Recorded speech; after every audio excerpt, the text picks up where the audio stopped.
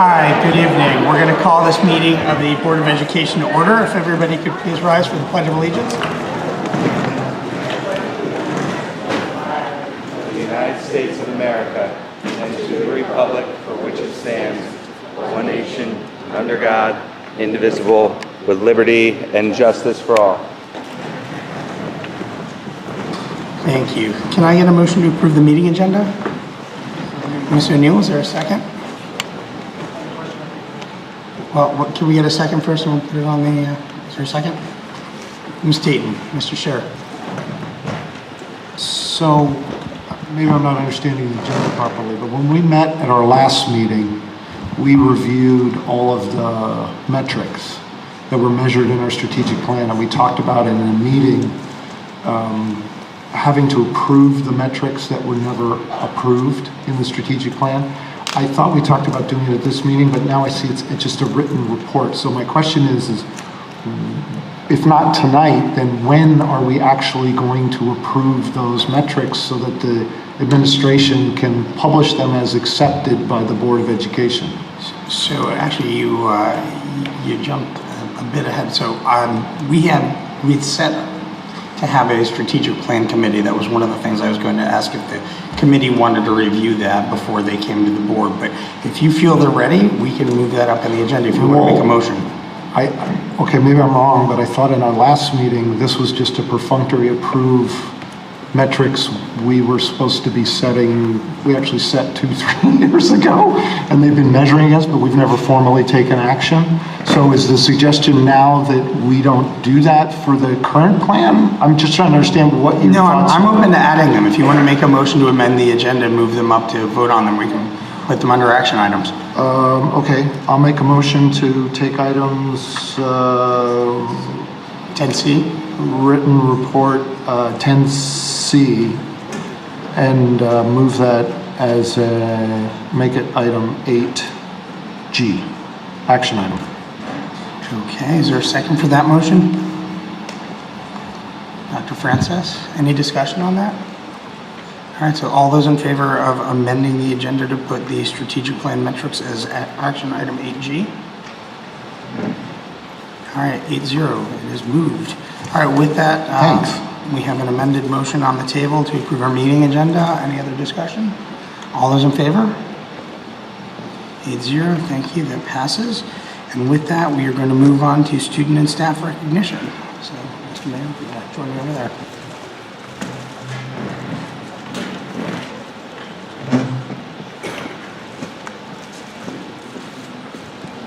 Please forgive me. Yeah, you don't have to touch it. Sorry, please forgive my voice. I've been yelling at the BET trying to get our budget all week, so I'm a little raspy. So tonight, this is the recognition portion. We've been doing these sporadically through the year. We've got some great students to honor tonight.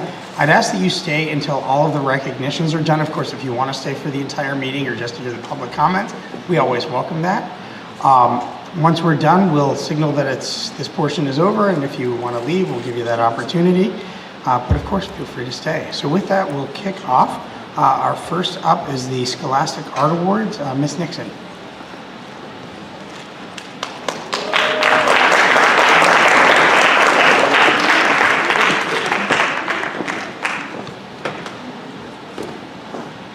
The Greenwich High School Art Department is very proud to recognize our 10 Connecticut State Scholastic Award recipients. 3 of these students received honorable mentions, 2 received Silver Key Awards for their portfolios, 5 received Gold Key Awards for single entries. Of our gold winners, 1 received the CAEA Best in Photography Award, and 2 earned scholarships to the Hartford Art School. And our Silver Key winners each won scholarships to the Hartford Art School as well. Now in their 96th year, the Scholastic Art and Writing Awards is the largest, longest running, and most prestigious recognition program for creative young people in the United States. The awards have an impressive legacy dating back to 1923, and a noteworthy roster of past winners, including Andy Warhol, Sylvia Plath, Truman Capote, Richard Avedon, Robert Redford, and Joyce Carol Oates. This year alone, nearly 2,800 students entered original works from about 145 schools in Connecticut. I would like to recognize the GHS art teachers, Lisa Scaragni, Jamie Charles, Shada Ardalan, William Booth, Shakeva Bennett, and Liz Vasquez, for their teaching and encouragement of all of our students, and especially tonight, our scholastic winners. These students have had many art classes and have been taught by many art teachers to get to this place. I would also like to thank Michael Antonaccio for helping with this presentation, Richard Pietrowski, our interim headmaster, for his constant support of the arts, Laura Newell, our arts coordinator, and the Board of Ed, for their ongoing dedication to providing the very best art education possible for our students in the Greenwich Public Schools. Now, to my students, our students, as I call your name, please come to the front to be congratulated by the Superintendent Ralph Mayo and our board chair, Peter Bernstein, and Mr. Pietrowski. And please remain here until everyone has been called up. Ava Humphrey, honorable mention, photography. William Owens, honorable mention, photography. Sophia Prieto, honorable mention, photography. Catherine Turk, Silver Key, photography portfolio. Jamie Yee, Silver Key, computer art portfolio.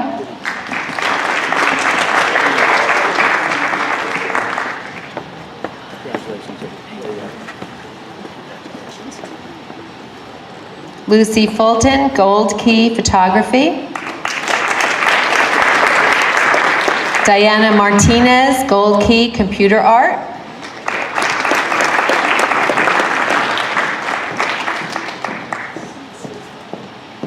Garrett Sheehan, Gold Key Photography.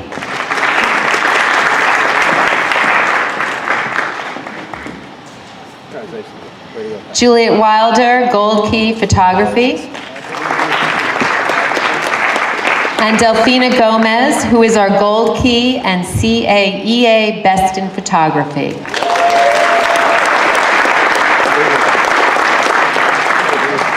And now you may applaud.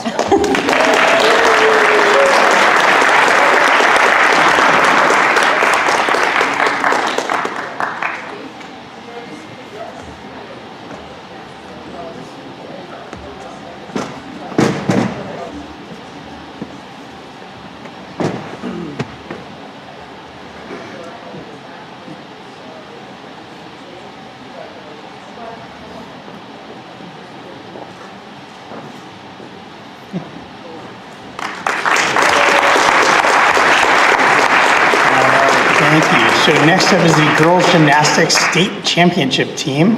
Ms. Knight.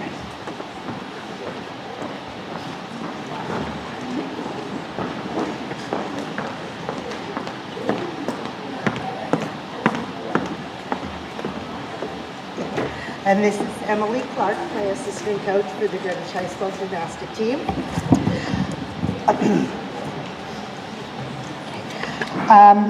I'd like to say congratulations to the GHS gymnastic team for these achievements they have accomplished this season.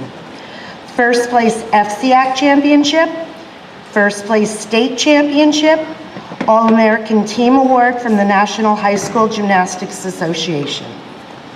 And now I'm going to call up each girl individually. Sydney Steele, who is not here tonight. May Lugenhat.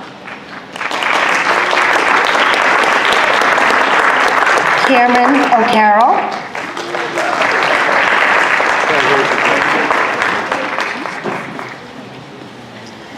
Melanie Weiner.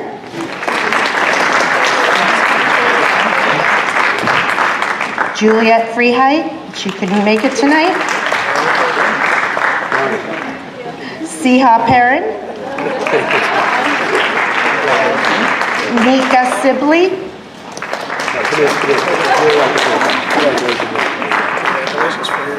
Allie Trotman, Celine Perrin,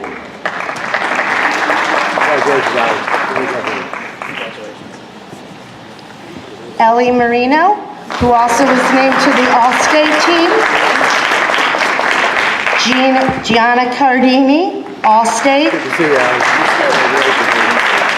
Kelsey Fedorko, All-State, and also All-State academics.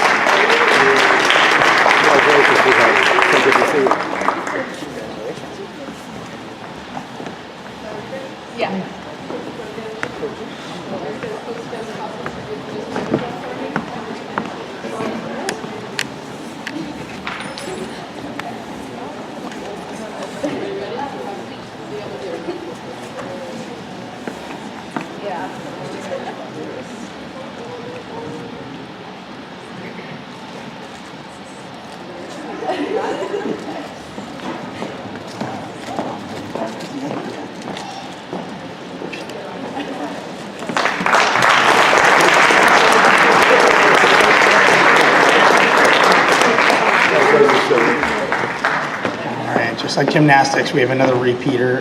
The boys swimming and diving state championship team, Mr. Lowe, come on down.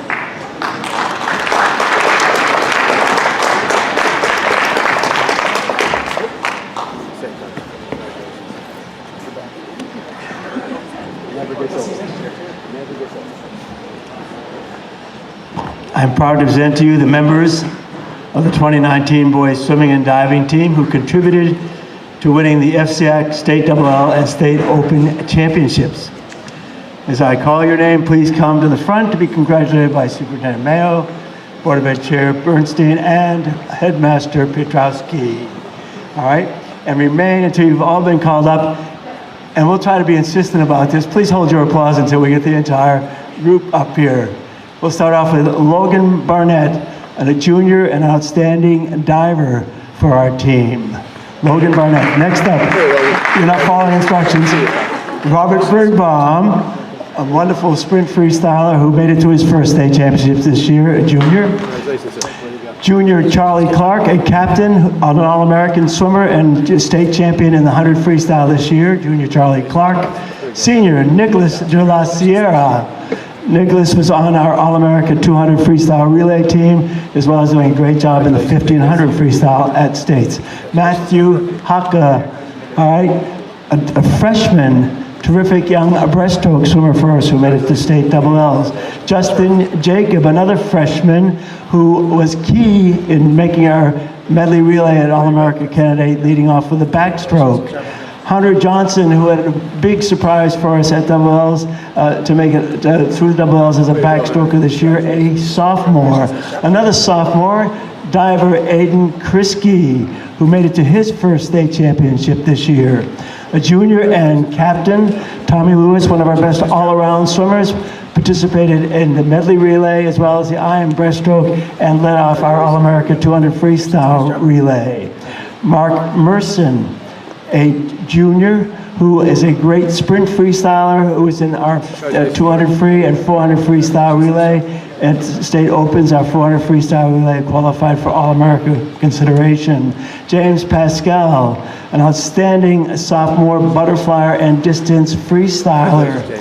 Alex Plavukis, another sophomore who's made the conversion this year from butterfly to become one of the state's outstanding distance freestylers.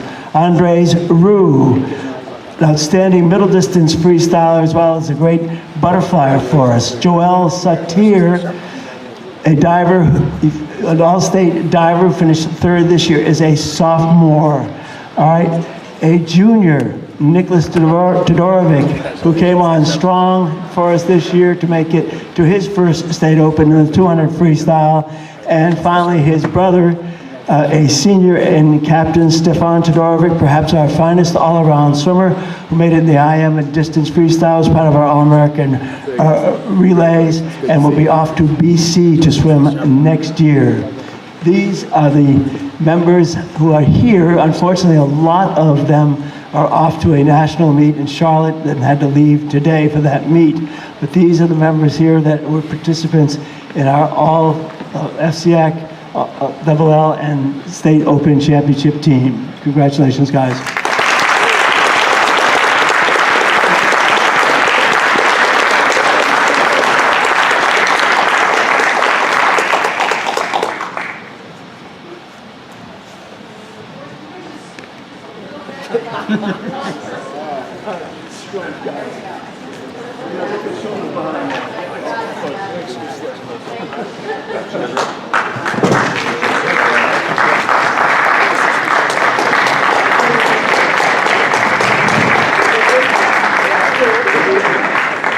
Thank you. All right, next up is the Greenwich Lions Club Award presented by Alan Gunsberg.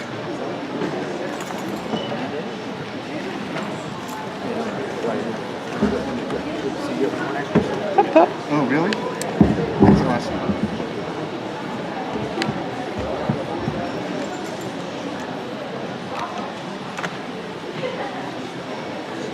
Four years ago, I invited Mary Keller to a Lions Kids Site pediatric eye screening that we were holding at a local preschool. Afterwards, Mary approved that the Lions would go out and screen the eyes in all of our Title I schools to see how it would work out. It worked out pretty well because the next year we did all the students that were prescribed to get eye screenings, and this past year we did 2,191 students in the town of Greenwich, of which about 225 were referred to eye doctors. This improving their ability to learn and to be part of the classroom. In 2002, the Lions Low Vision Center Board recognized the need to establish special commendation for outstanding service to our organization and those we serve. Designated as our district's highest honor, this recognition symbolizes the attributes of generosity, compassion, and concern for others. The Greenwich Lions would like to honor Mary Keller with this award, this Ambassador of Sight Award tonight, and thank her for initiating this program inside Greenwich Public Schools.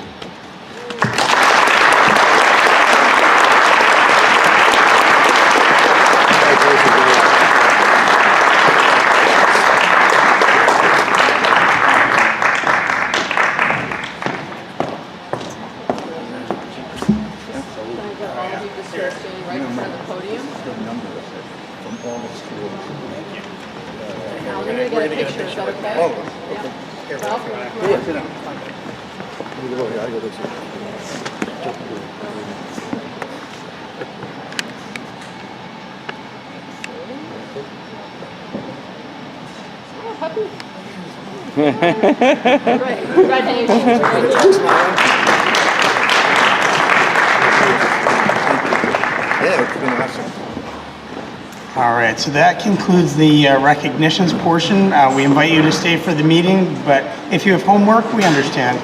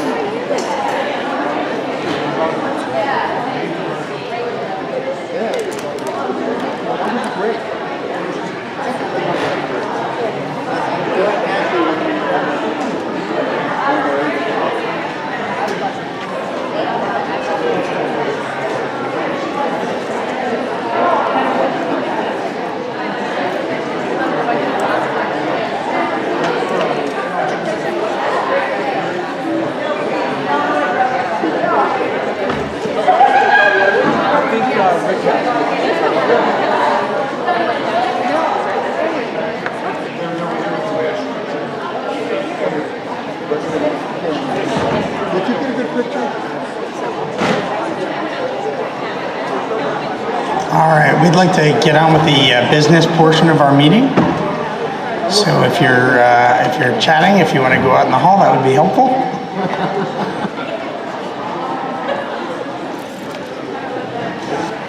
All right, so the next item on our agenda is the consent agenda. Do we have a motion to accept the consent agenda? Ms. Olson, is there a second? Ms. Dayton, any discussion? All those in favor of accepting the consent agenda? 7-0, I don't know where Mr. Scher went. Peter, are you voting on the consent agenda? Yeah, we're still in meeting. All right, so that passes 8-0, thank you. The next item on the agenda is the school welcome. Principal McGuire, and while you're coming down, Ms. Brush, I'm sorry I parked in your spot. Also, I want to thank the JCPTA for the snacks in the back and some snacks for the board beforehand. Really appreciate it. We love that JCPTA. Good evening. Good evening, Chairman Bernstein, Superintendent of Schools, Mr. Mayo, members of the Board of Education, Cabinet, and guests. Welcome to the Julian Curtis School of World Languages. It is my honor this evening to give you a quick glance at the extraordinary work being done here at Julian Curtis School. We have a school community that builds a safe, positive learning environment where all members of our diverse group are valued and respected for their unique strengths and differences. By fostering a sense of curiosity and a love of learning in our students, we are helping them become responsible and self-motivated learners. For the last few years, our focus has been on using personalized learning as a tool to meet the goals of the district's strategic plan. We are working towards maximizing each individual's potential, increasing their level of motivation and engagement, and building their sense of ownership of their learning. Each student in kindergarten through grade 5 is engaging in a process of goal setting, implementation, and reflection. At the conclusion of each cycle, the students discuss their level of success in relation to the goal with the teacher and determine next steps. Additionally, teachers are offering choice through a variety of strategies, including daily menus, variations of the station rotation model, and instructional playlists. This allows the students to work on skills and strategies at their level of readiness in order to meet them where they are and move them forward.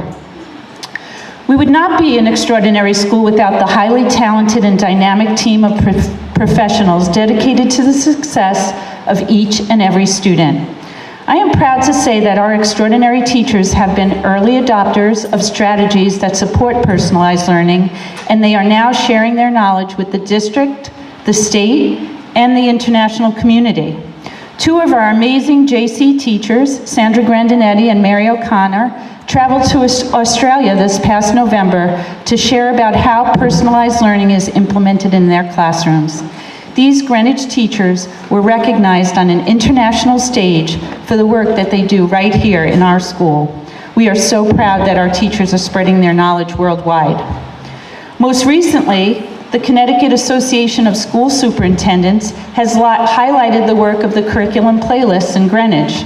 This work has been largely guided and supported by Irene Parisi and her team, but our innovative second grade team, Carrie Brown, Dana Kubatosa, and Samantha Schuster, as well as our fourth grade team, Sandra Grandinetti, Jimmy Labrandi, and Kara Engel, have become leaders of the development of these playlists, inviting teams from New Lebanon, Glenville, and Coscob schools to visit and learn from their creativity, challenges, and successes.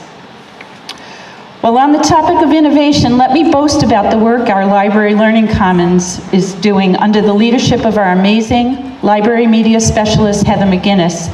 Thanks to the support of our district, the Greenwich Alliance for Education, and our generous PTA, our LLC is a place of thriving innovation for our students. Our youngest students in kindergarten completed a coding unit and are now building math fluency in hands-on centers. Our first graders are writing book reviews using Seesaw. Our second graders are writing digital stories using coding skills in Scratch Junior.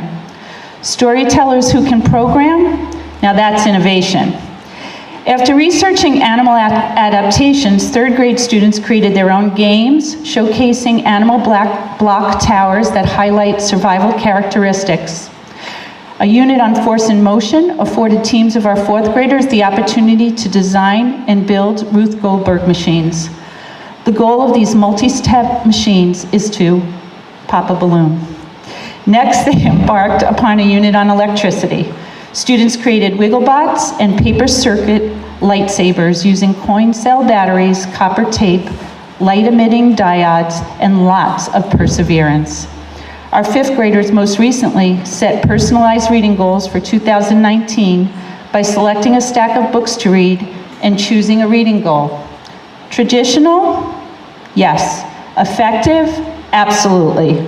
They were encouraged to branch out from their go-to authors and genres to try something new in addition to the books they are naturally drawn to.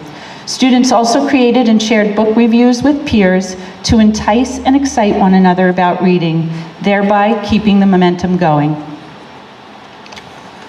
Finally, the true definition of success is the number of students that voluntarily arrive every single day and stay late after school to participate in student council, service club, the JC Weekly Show, and the art club.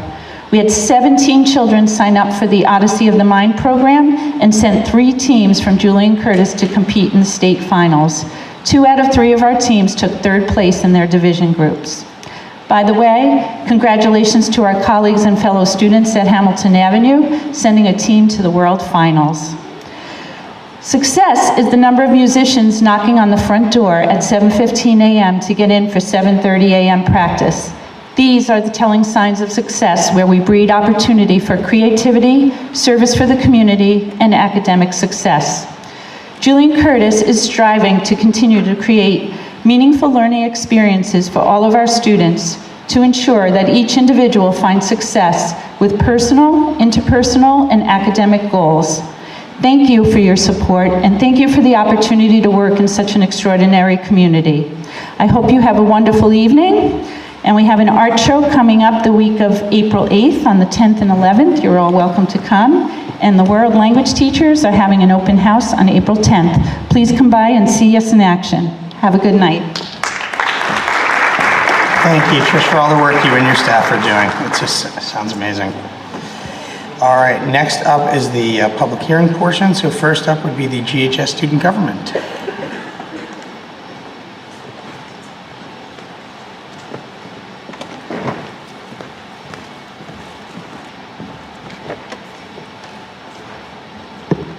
Good evening, members of the board, distinguished guests, and fellow citizens.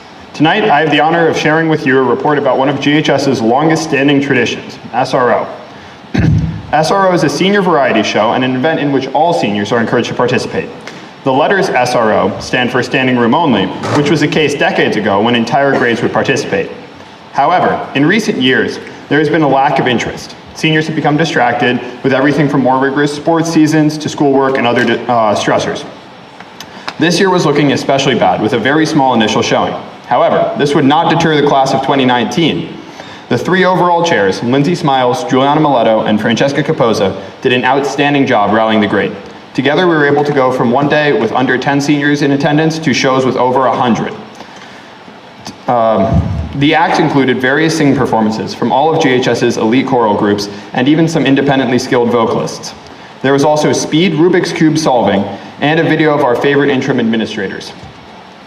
The biggest acts were the mass dances, where we'd fill the stage with around 100 seniors and didn't work out all the time, but attempt to follow the amazing choreography put together by the dance team.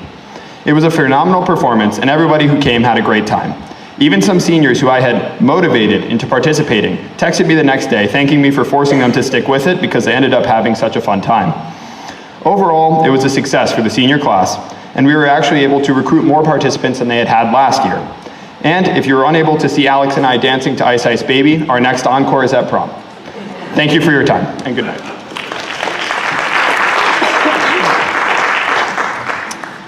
Chairman Bernstein, Mr. Mayo, members of the board, and all meeting attendees. So I'm going to try to keep it short and sweet today because James and I may or may not have just received a bunch of college decisions. There are these things on YouTube called reaction videos where people live stream themselves opening college emails and, react. Mr. Johnson does have the cameras rolling here, so James and I can certainly do that, but watching 2 kids get a bunch of rejections might not be the best use of your evening. Now, yesterday, the juniors began their college journeys by taking the in-school SAT. As for the seniors that are ending their college journeys, well, I don't know what James did, but I got 10 hours of sleep yesterday and learned how to make pancakes. Pretty good use of my day. Now, I actually took my first SAT test May 12th, 2017, and I remember that because it was a debacle. Lesson learned, you really need to prepare for those things. Also, having more than one pencil helps. The point is, though, that day could have been a terrible one had it not been the day of the first GHS food truck fair. I mean, it just took one burger from the roadside cafe truck and having my hand painted with a cheetah face, and I was 100% again. It's a phenomenal event that raised thousands of dollars for charity. Now, after a moderate fiasco last year, where not having a rain date led to the canceling of the event, the food truck fair is back with the rain date. This time, we're raising charity still to be determined, but the dates we're looking at around May 4th time, so definitely stay on the lookout for that. But that's not all that student government will be working on in the coming months. XCOM is also planning a Unity Week, which will take place during the week before April break. James really fought over the name. He doesn't like the word week because it means not strong, even though it denotes a period of 7 days in this context, but whatever. Unity Week was inspired by a student who emailed student government around the time of the 1-year anniversary of the Parkland school tragedy. XCOM agreed that we wanted to remember school tragedies and inspire compassion and appreciation for each other among students. So we are planning a week of activities and events that will culminate in a moment of silence that all students will share together in the Student Center during a Friday opportunity block. The programs that we are planning include a shadowing program for underclassmen and upperclassmen to get to know each other better. James came up with something he's calling the Wall of New Friends, which would be kind of like a physical version of Facebook minus all the time-lapse cooking videos. I proposed making it a boat so we could call it the Friend Ship, but James started grumbling something about Go Army, Sink Navy, I don't know. Now that's just a little bit about what student government will be working on. Thank you and enjoy your meeting. We're gonna go get rejected. See you guys later. You're gonna get accepted. You're gonna do great. We know because you're products of the Greenwich Public Schools.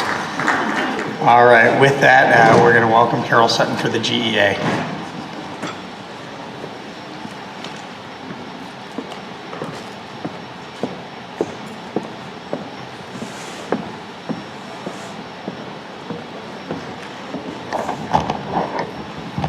Good evening, Principal McGuire, Chairman Bernstein, and board members, Superintendent Mayo and Cabinet, and members of the community. My name is Carol Sutton, and I'm honored to represent 900 members of the Greenwich Education Association. As usual, I extend my congratulations to all this evening's honorees. The students are all gone, but teachers, congratulations on your efforts here at Julian Curtis. So this is the time of year when the Greenwich Public Schools are full speed ahead. We really hit our stride now heading into the three-quarter mark, and yet we're full on planning for next year at the same time. So if people are looking a little tired, it's because they probably are. So I enjoy how the students share what they're up to. So I thought I'd just start by giving you a little idea of what GEA is up to these days and teachers are doing. We've been trying to make some outreach into the community more than we have before. And one of the things we have done for the past 3 years is participate in the Greenwich Alliance Trivia Night. And we like to do that because Greenwich Alliance is an amazing philanthropic enterprise, and every dollar they raise actually comes back to teaching and learning in the Greenwich Public Schools. So this year we're proud to say that we're fourth. We lost our second place, and there were a couple board members. Yeah, I know. But yes, those two over there were on the team that I think, were you first or second? They were first. Okay, so now we'll throw it down for next year. We're also, with the inspiration of the Greenwich Public Schools, who took on a new app this year called Some More. We've been really excited about that. So we got our own version of it, and we're going to be launching a new newsletter for Greenwich teachers, for members of GEA. We're going to launch it on April Fool's Day, but it's not an April Fool's. We're really doing it. We're also starting to prepare for contract negotiations, which start this summer. That's always fun for everyone involved. We're really happy with the way the calendar turned out. Mr. Mayo, you had one snow day for the majority, so that's pretty good, but we're really happy about that. And so whatever you did to get that, do it for a nice, magic, warm spring coming up. I'm knocking on wood, okay. So one of the things that's coming up tonight, and it seems like, unless there's an error on the agenda, it's a first read and an action on the both night, are the policies, 9311, I don't really know. 2 seconds, 2 seconds. It's what? Oh, they divided it up. Well, anyway, so I sat down and when we've been going through all this incredibly hard work, which I know is incredibly hard work, I have to say I haven't read every word carefully, but I just for fun, I went through the one this time, and I was interested to find about 3 things that were of interest to GEA and perhaps to other teachers as well. So I thought I'd just mention it as you go into your discussion. There's one on page 6. There's reference to obviously prohibiting behavior that may be threatening, offensive, obscene, demeaning, and insulting. And so this has to do with, it's in the category of, I don't know if it's interaction with the community or something like that. But we would appreciate, as part of your discussion, a consideration of adding language that extends the prohibition to email. Last week I spoke about the devastating impact that an email that was probably dashed off with emotion and not a lot of forethought and then sent. But we do know that teachers, and we know that also administrators have received emails. It's the time we're in, but we don't have to put up with it, I would hope, because it really affects the ability of people to work optimally when you are reading something like that and trying to look away. So I think a clear board policy would be very helpful, just as a start, because it might give us a way to address that in the occasion that it happens. So that was on page 6. Then on page 9, this one I think is very interesting, because on page 9, it's talking about, I don't know what the heading is, but it's talking about the use of recording devices in meetings between district personnel and parents and guardians, which is prohibited according to this thing, other than in PPTs, because I think special education has its own rules. So, and then it goes on to say, and that exceptions will be made only in accordance with board policy and law. So what I think is a concern of teachers, and maybe all faculty members, including administration, is that the law in Connecticut actually permits recording with a hidden device. I learned something. We're called a single consent state, except on the phone. If you want to record someone on the phone, you have to tell them and they have to agree, and then that goes. But in terms of just a device, only one person has to know and give consent that they're recording, which is a little bit interesting because the other person doesn't know. So I think what we would like you to think about is, just because an activity is legal doesn't make it appropriate in a school setting. So it may be legal in the state of Connecticut, but it doesn't mean we want it going on in our schools. And I think that both people, nobody wants to think that they're being recorded when they don't know it. So it's interesting because similar approaches have been taken to other activities in this very document. Smoking is legal, vaping is legal, consumption of alcohol is legal for certain age people, but we don't permit it in our schools and on our school grounds. So just because it's legal doesn't mean we want it in our schools. And finally, on page 37, now I did make it all the way to the back. In the draft language, what's in there on tutoring prohibits a teacher from tutoring students who attend their school. And so this language isn't in line with more narrow limits and restrictions that are established by the GEA collective bargaining agreement and that we've been operating for a long time. So it's interesting that that language is more limiting, and we would suggest that possibly we stick with what we already have. In a school like Greenwich High School with 2,700 kids and 270 teachers, it's good enough the way it is. And finally, those of you, anyone who's paying attention to what goes on in Hartford, and not just the threat of tolls, because I know that's a big one. There are several bills that teachers are keeping an eye on, and those of you who are pro-public education might want to keep an eye on also. I'm just going to mention 2 tonight. One has to do with teacher retirement. And I get into discussions with, sometimes with people in the private sector who say, well, you know, we don't have a pension, so why should you? And it hurts a little bit, but the bottom line is that teachers and administrators, we don't pay into Social Security, so we don't have any Social Security. And compared to people, every study shows that compared to people with the education level that's required of certified people in our school system, our salaries are lower than people who have the same level of education. So we may not have as much while we're going through our career, but we have a pension at the end of it.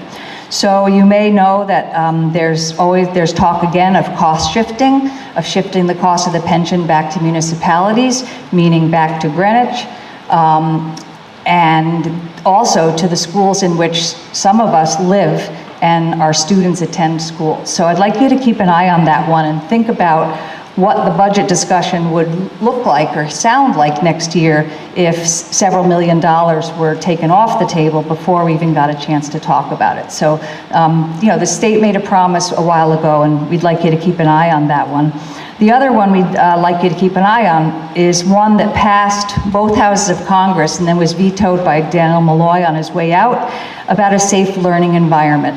And this is a bill which is designed to protect teachers and students from any type of physical harm and trauma that results from violent student behavior. And I know that we like to say that can't be happening here, but believe me, it is. And in many ways, we don't quite have the plans or the resources to deal with it in a proactive way as opposed to reactive all the time. So please keep an eye on that one. It's one that, that went through before, and then it became something that was pushed aside, but we brought that one back. So keep an eye on Hartford. It does make a difference, and in ways not just tolls. And again, we really appreciate the work you guys do, and I'm looking forward to the meeting. Thank you so much.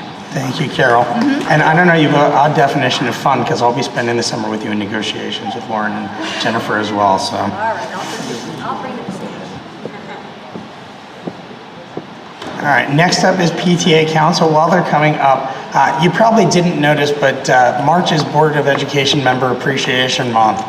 Thank you to the PTAC folks for the very nice cookies. Yes, Carol, you missed it. That's right, you could knit something really fast. All right, so there's 3 shopping days left in the month. Anyway, with that, PTA Council, thank you for the cookies. Just checking. Good evening, Superintendent Mayo, Chairman Bernstein, Principal McGuire, members of the board, cabinet, community. I'm Karen Hirsch, President of PTA Council, and with me is Cricket Diamond, First VP. We first want to begin with congratulations to the students who are recognized tonight. Our incredible students excel in so many areas, and we take great pride in their accomplishments. Spring is here, and our comments this evening are linked to themes often associated with the season: growth, renewal, and continuous improvement. With respect to the academic quarterly reports, parents have continually expressed interest in knowing the research and data that underpins curriculum changes and the grade level standards. They want to learn more about the how and why of the humanities and other areas of curriculum in order to support student learning at home, which is why reports like the ones you'll be discussing tonight are an invaluable tool for both district and parents. We applaud the district's efforts to update curriculum to provide differentiated materials for every level of learner and to provide family engagement opportunities with English language learners. The workshops at both the elementary and middle school level are valuable resources for parents and families and truly strengthen the school and family connection. We also want to thank Ms. Elliott for spending time with our Academic Excellence Committee, giving parents an overview of the humanities program, and for being so responsive to parents' concerns and questions. Issues shared by parents included concerns over the variations among schools in both content and curriculum delivery, and questions as to why spelling and grammar no longer seem to be focused on. Turning now to the achievement data reports, parents have long voiced frustration that testing takes time and resources away from the classroom instruction and that scores do not accurately reflect what the students know. For instance, the Greenwich Public Schools Next Generation Accountability Index in the 2017-18 APTA math figures show a drop in overall growth, which Winter's math star testing data also seems to support. The reports also state that since 2014-15, more students scored at a level 4 in elementary ELA-SBA than all other levels combined, yet the total percentage of students earning levels 3 and 4 has declined since then. Why? Overall, ECRA, SBAC, and other growth scores have been stagnant for several years, and we have not heard detailed or serious curriculum changes being made to address this. We're well aware that attempting to quantify and accurately measure what our students know and understand is complicated, and that these tests are just a snapshot of a moment in time. But why collect and aggregate the data if it does not affect change? Are these truly the right tools to determine what skills students have acquired and mastered? And while we appreciate the reduction in length of these reports, we wonder what's missing. They often seem to lose valuable supporting details to help the district and parents understand how to decipher data and discover trends. As a point of clarification, we've received questions regarding changes made in the administration of STAR testing.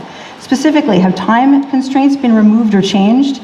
If so, this may affect the scores and might not be an accurate indicator of growth, and it should be noted.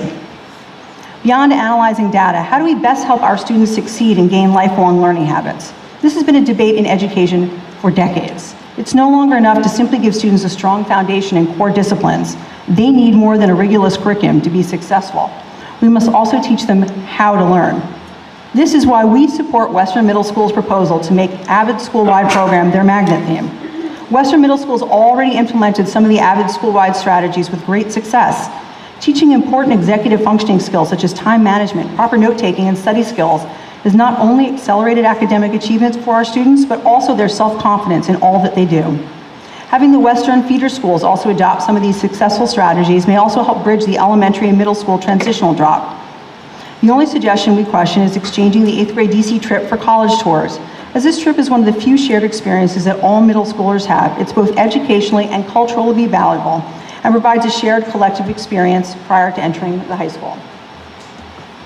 Turning to policies, we appreciate your focus on conduct by parents and staff within our schools and the attention paid to protecting the privacy of our students, especially as we have fielded questions regarding photographs of students being shared by staff on social media, such as Twitter in the past.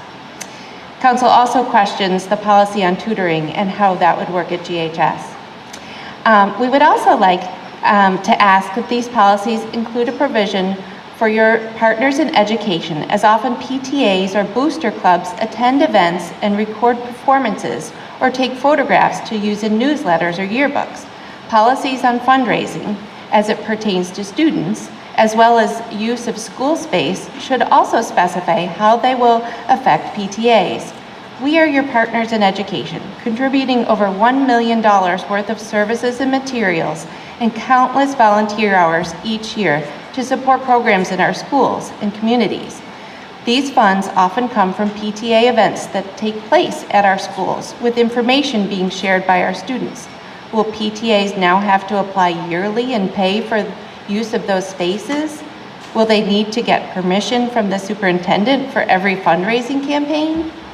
In closing, we thank this board, administration, and all of our teachers and staff for the hard work that you do every day. We appreciate your focus on making sure that each student has the resources they need to pursue their passion and to positively contribute to our world. We aim to bring new ideas and to provide fresh perspective and to have even greater collaboration going forward. Thank you. Thank you very much. All right, so next up are community comments. We've got one speaker signed up for an agenda item and a couple for non-agenda items. So first up is Katie Yu, to be followed by Avery Hirsch.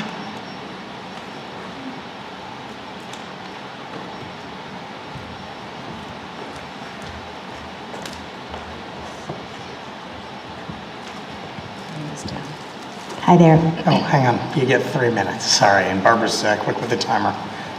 It's all good. I think I'm good. Good evening, Chairman Bernstein, members of the board, Superintendent Mayo, and Cabinet.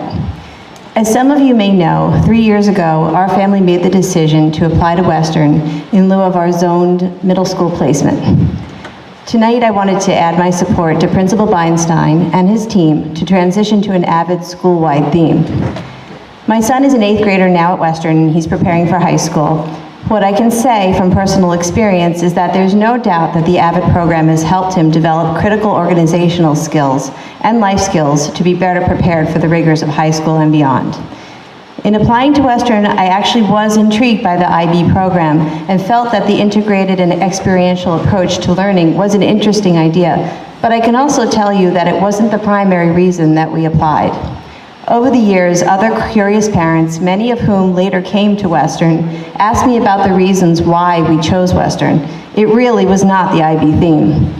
Principal Beinstein might tell you tonight that there's something special at Western, and surveys show that the majority of Western parents overwhelmingly agree with that.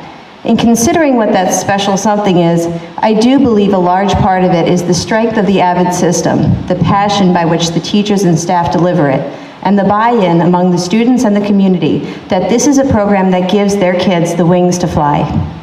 My son entered Western with many organizational challenges, and he still struggles with them, but now he has a system and he understands how to make the best of his challenges. The AVID focus on college and career readiness is also obviously something that should align perfectly with the goals of the high school. I appreciate and respect the board's thoughtful and thorough consideration of whether to make this change or to pursue a different theme, but I felt compelled tonight to provide my personal experience, which is a testament to the strength of this program. Thank you. Thank you. All right, so next up is Avery Hirsch, followed by Abby Large.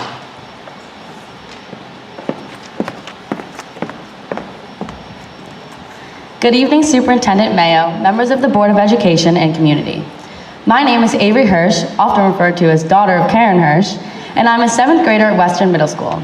I often complain to my mother about the impracticality of some of the subjects being taught in school and the lack of classes teaching beneficial life skills such as tax management, conflict resolution, or decision-making skills. Our school system teaches students, as they should, the basic tools we need to learn: math, science, reading, writing, etc. But what about when we graduate and move into the real world?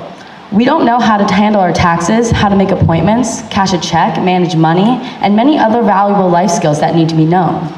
Now, as I said before, I'm only in 7th grade, and courses that I feel should be taught may not be for middle school level learners. However, Greenwich High School should offer these adulting courses.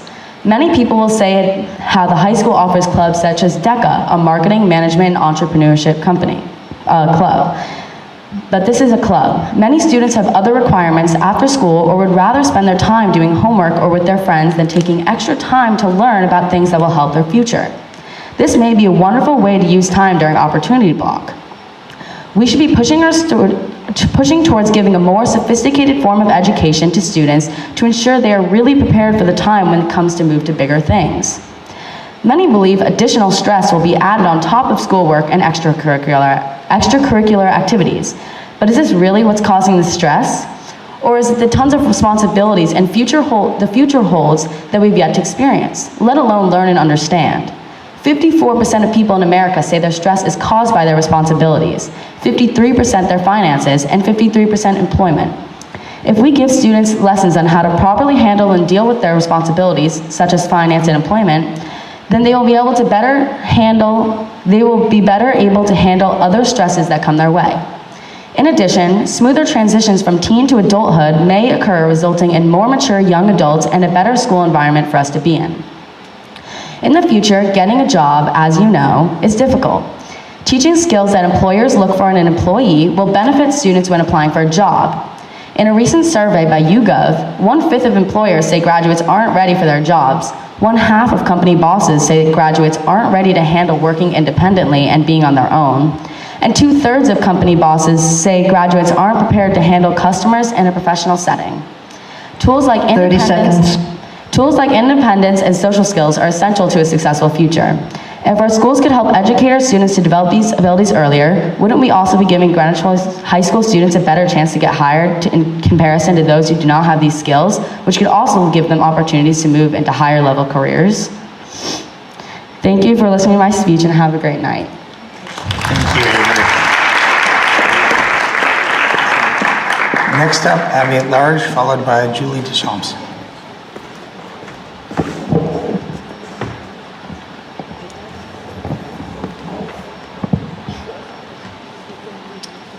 My name is Abby Large, and I'd like to provide responses to some statements made public lately about food services.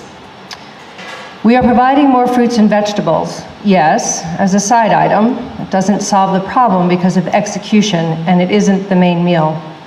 I ate cookies and chips when I was a kid. Doesn't solve the problem, and I'm not sure what that has anything to do with the issue today. Diminishing and dismissing this important issue as being just about cookies and chips is offensive to the hundreds of parents who are demanding change. In just 3 days, over 500 people have signed a petition started by another parent supporting these changes, and that number keeps growing. We need to make sure we're feeding the kids on free and reduced.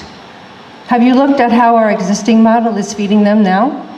According to the data provided directly from food services, only 56% of the kids entitled to a free lunch are taking it, which means 44% are not. That's a problem. Is No Fuss Lunch an Abby-Large company? No, but it's one that took 2.5 years to vet to make sure they were passionate about how and what they fed children, that existing workers would be taken care of, and the town would benefit from having them rent our facilities. Is there another vendor? Yes, Brigade. They are passionate about good food and can train our existing staff the right way and then move on. It would be an investment into creating the right business model and training so our existing infrastructure would succeed and our children and community can benefit from. We need an RFP. No, we don't, as stated by the district's purchasing ordinance 2.1 and 2.2. As a district, we hire consultants and vendors all the time without one. This seems like a conversation that keeps repeating itself. Yes, we have been talking about this for over a decade. Just tally up all the PTAC health and wellness chairs and reps over those years alone. It's the same answers we're getting and the same results. That's a problem. This isn't about dollars and cents. This is a moral issue at this point. With the styrofoam, that will become a legal issue as the Senate passes the ordinance and our town could be liable. That's a problem. 30 seconds. I stand before you with solutions. Embrace them. Embrace volunteers that have put in countless hours to try to solve a problem, not bring one to you. Embrace change. We have to do something now because this particular topic is affecting our students every single day. Thank you. All right, so Julie Deschamps, followed by Lena Thacker. Good evening. My name is Julie Deschamps. I'm a member of the PTAC Green Schools Committee. I've previously shared with the board my concerns about the safety and sustainability of the styrofoam trays in our cafeterias. Tonight, I'd like to ask you to fund and provide reusable wares and dishwashing systems district-wide in the upcoming year. Styrofoam is a toxic, hazardous, and wasteful material, a possible carcinogen and neurotoxin. And its use has critical implications for the health of our children and the district's environmental footprint. Foam trays cost almost $15,000 annually in purchasing expenses. Other single-use options would more than double these costs. With disposables, this money is literally thrown away. On the other hand, reusable wares may cost more upfront, but are designed for thousands of uses, not just one. I refer you to the towers of styrofoam trays on your left to demonstrate how much trash is generated just one day of lunches at Eastern Middle School. District-wide, almost 500,000 foam trays are trashed each year to be incinerated at a cost to our taxpayers and to the detriment of air and water quality. When styrofoam trays are removed from the waste stream, there is a 75% reduction in trash volume. Imagine the waste reduction and the associated hauling and disposal savings at all schools. Food Services has done a cost analysis of the purchase of reusable compartment trays and dishwashing systems across the district. The expenses would be approximately $110,000, a fraction of other projects to safeguard student health. A foam-free school lunch is supported by the Greenwich DPW, Conservation Commission, and Recycling Advisory Board. Just this month, the Environmental Committee of the State Assembly voted to eliminate styrofoam trays in all Connecticut schools. By dedicating the necessary funds now, this board will make a responsible decision about school foodware to promote environmental stewardship, waste reduction, and above all, our children's health. Thank you. All right, next up is Lena Thacker, followed by Estelle Rufiak. Sorry. I'm sorry, I did write this on my phone, so. Good evening, members of the Board of Education and meeting attendees. My name is Lena Thakur. I am a sophomore at Greenwich High School and a member of the Environmental Action Club. It deeply distresses me that Greenwich Public Schools uses styrofoam trays in our school cafeterias. Styrofoam is a petroleum-based product made of polystyrene. Not only does the production process of styrofoam release copious amounts of greenhouse gases into the air, therefore weakening our ozone layer, it takes at least 500 years for the product to break down. Polystyrene is a main source of marine debris and is consistently reported as one of the top 10 items of debris recovered from shorelines and beaches worldwide. Due to polystyrene's ability to break down into smaller and smaller pieces, it is frequently ingested by marine animals, often harming or killing them. Furthermore, polystyrene contains styrene and benzene. Repeated studies have shown that these chemicals are carcinogenic and when in proximity to heated food or drink, can leach into it. Therefore, students at Greenwich Public Schools run the risk of ingesting these chemicals every single day, something they are likely unaware of. Other school districts across the country have recognized the harmful impact of styrofoam on the environment, as well as on those who ingest food or drink from styrofoam trays or containers. The Urban School Food Alliance, formed in 2012 with the professed goal of addressing the unique needs of the nation's largest school districts, encompasses districts like Boston, Chicago, and New York City public schools, and represents a student population of 3.7 million. In 2005, members of this alliance decided to ditch styrofoam trays and use their collective purchasing power to find a new alternative. Since then, school districts across the country have followed their lead, implementing styrofoam bans of their own. We are very fortunate here in Greenwich. We are a highly educated community that has the means to address issues such as this one. Let's be catalysts of change in this effort. Therefore, I urge you to support the effort of finding an alternative to styrofoam trays at our school. Thank you. Thank you very much. All right, next up is Estelle Rufiak, followed by Julie Ibarra.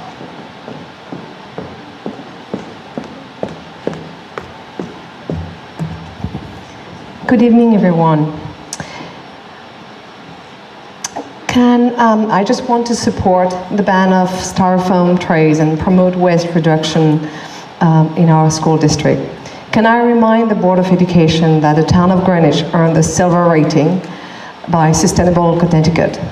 It's a statewide initiative to encourage towns and cities in the state to protect the local environment and build resilient local communities and economies. Our first selectman, Peter Tessay, was very proud and said it was and remains extremely important for Greenwich to be involved with this initiative because it expands the town's continued efforts to be a steward of the environment, not only locally, but regionally and globally. I'm quoting him. This initiative embraces all aspects of life in Greenwich, from the arts, schools, and businesses. The town director of environmental affairs added that the silver ranking will help the town win grant money for future sustainable initiatives, including reducing styrofoam waste throughout town. Again, I am quoting Patricia Sesto. So my request tonight is let's act now. Ban styrofoam lunch trays and replace them with safer, eco-friendly, reusable trays. Every day, I hear about new initiatives banning single-use bottles, bags, and trays. This morning, I was in Rye, New York. I was at the Green School Green Futures Conference. Wilton Sustainability Committee and the chairman of the new Zero Waste Connecticut School Coalition were there to explain how to reduce the waste in their local school. They've all started to ban single-use items and styrofoam. So let's follow their lead.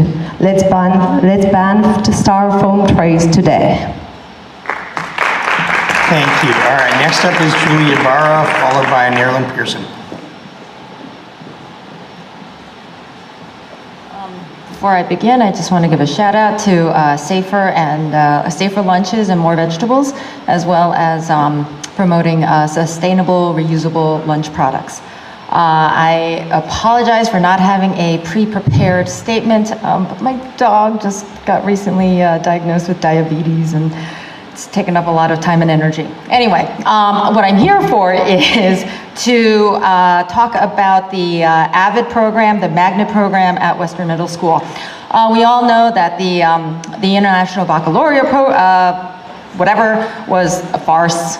You know, all these people who magneted into Dundee, I believe none of them magneted into Western. So I'm not being critical of the IB program, but just that it was a farce because it never actually brought anybody to Western. But what is working is this amazing school called Western Middle School because of our staff, our teachers, and our administration led by our hopefully soon to be headmaster Einstein.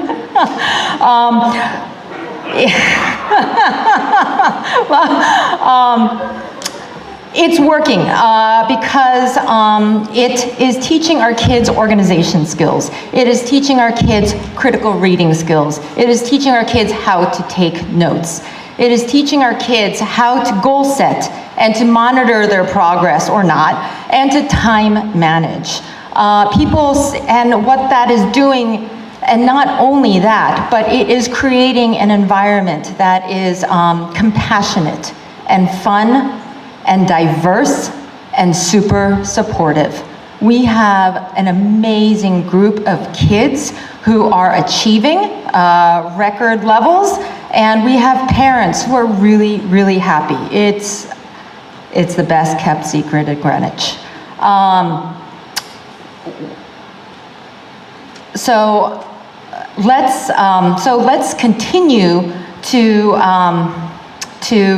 let's continue the work and that's happening at Western to actually fully implement the AVID program and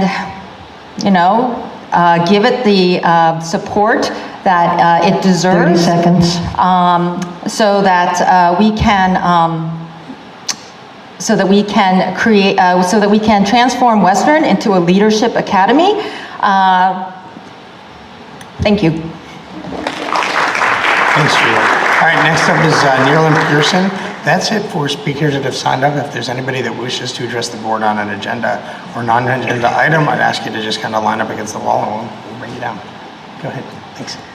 Good evening, board, members of the board, Superintendent Mayo, and attendees. My name is Neerlin Pearson. I'm co-chair of the PTAC Health and Wellness Committee and sit on the School Lunch Fund Committee.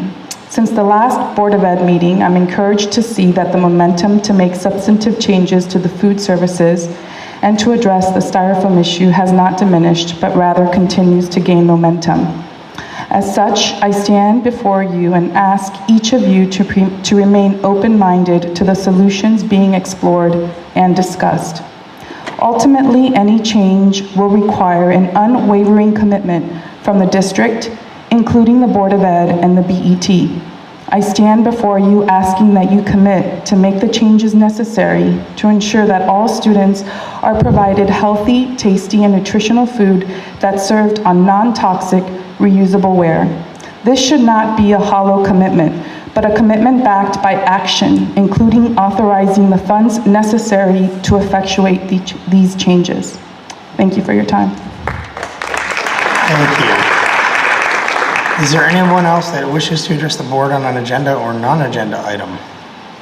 All right, with that, we're going to close the public hearing and we'll move on to our monthly reports. So our first report would be from the superintendent, and before I turn it over to Mr. Mayo, I just want to take a moment and thank Mr. Mayo for his service as the interim superintendent. He stepped up when we needed him, and he's been a great partner for the board and the community.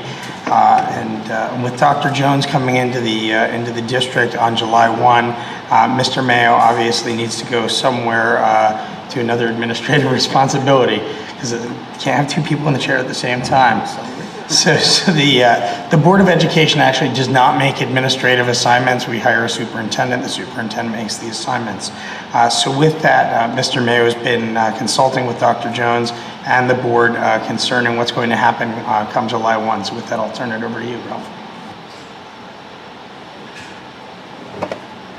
Thank you, Peter.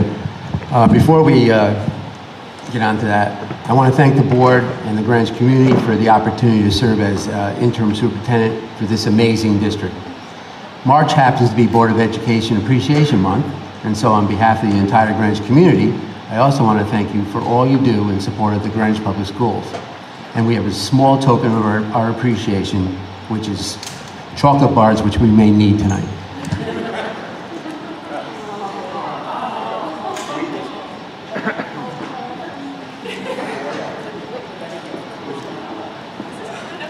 It's just what I wanted.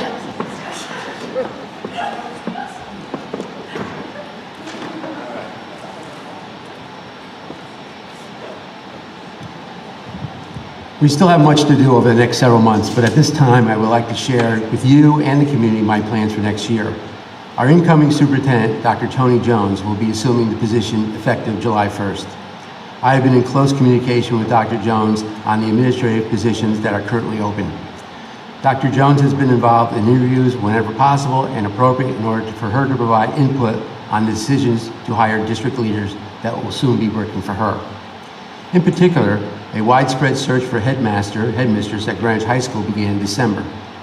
We screened a strong pool of 43 candidates when the application period closed in January. We interviewed 5 candidates in early February, bringing 3 candidates back for a second interview at the end of February. Unfortunately, we did not identify a candidate who we felt was the right fit for Greenwich High School. As our flagship school, we must ensure we have a leader in place who will provide the continuity, implement the vision, and develop the strategies necessary to take Greenwich High School to the next level of excellence. In consultation with Dr. Jones, I have decided that reopening the position this late in the administrator hiring cycle is not in the best interest of the school district. It is preferable to appoint an interim leader, allowing Dr. Jones to conduct a search next year to bring in a leader beginning with the 2020-2021 school year. Therefore, in consultation with Dr. Jones and the Board of Education, I am announcing that I will be assuming the responsibilities of interim headmaster for Greenwich High School effective July 1st, 2019.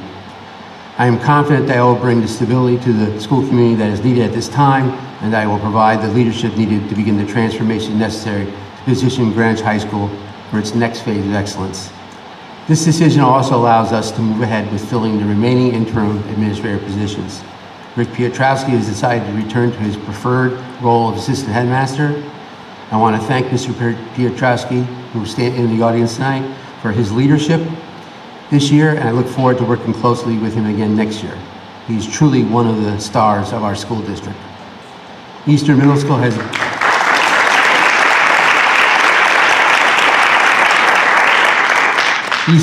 has been both my home and my family for 14 years, and it would have been very simple for me to return there. But I believe it is time for new leadership to take that great middle school to the next level. The district will initiate a search for the permanent Eastern Middle School principal immediately. I'm excited about this opportunity, and I look forward to working with the Greenwich High School community, because I feel like I'm returning home. Again, thank you to the board for your support. I look forward to continuing our work over the next several months, assisting Dr. Jones in the leadership transition and then returning to Greenwich High School.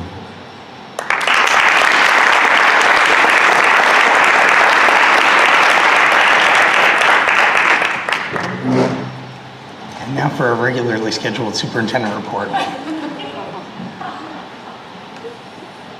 One of the things I promised was back in January or February, I think it was January, that we would talk about locations for Windrose and for Community Connection. So we've been discussing this and going back and forth on these issues for a while, but I just wanted to make sure that the staff that works at Windrose knew where they were going, and the staff that were going to be relocating knew that we were going to be relocating them. So without further conversation, the Windrose schools will be moving to Millbank, and the staff that is currently working at the Millbank school will be redistributed throughout the district. Community Connections, we have room for that program at Havemeyer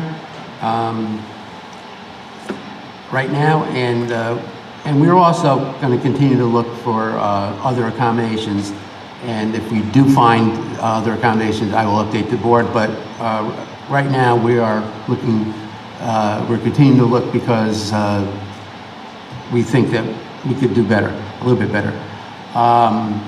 But we are looking for sites where we're not going to be spending a great deal of money on rent or any other services. So right now, we have 2 sites that we own, and there will be no cost to house those programs there.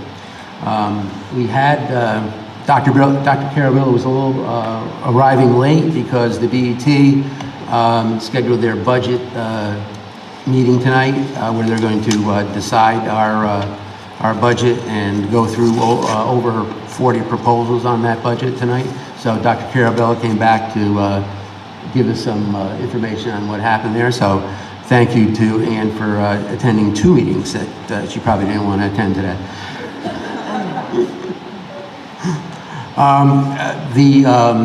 The tiles have been moved to the street tile report has been moved to the agenda, so I won't go into that right now, but we provided 2 written reports. One was the NGAI report, which details our district performance last year on the state's district report card.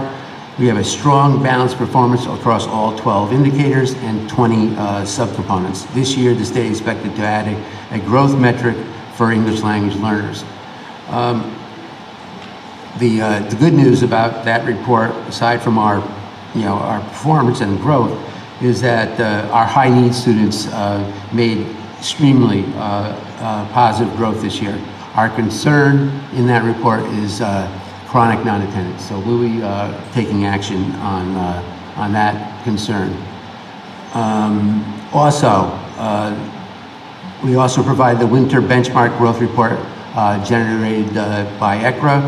The aggregated student growth in both math and ELA at all schools is green or expected, with one exception, which was Hamilton Avenue. The staff at both Hamilton Avenue and Central Office are working together to address that issue in the area of math in that school. And that's all I have for you tonight. All right, thank you very much. All right, so next up is the report of officers, committees, and liaisons. I'll start down with Ms. Olson. First, I just want to say thank you to Mr. Mayo. You had me choked up, and just thank you for your time, your service, and I personally, I know we all are really excited to have you leave Greenwich High School the way you've led us all here. So thank you.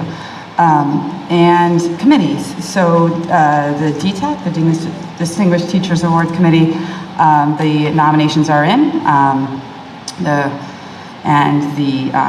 We have many amazing packets have been submitted, and the next step is the award ceremony will be May 7th at 4:30,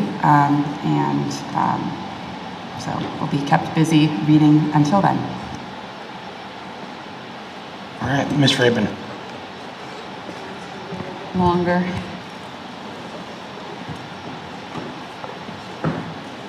So I don't miss anything.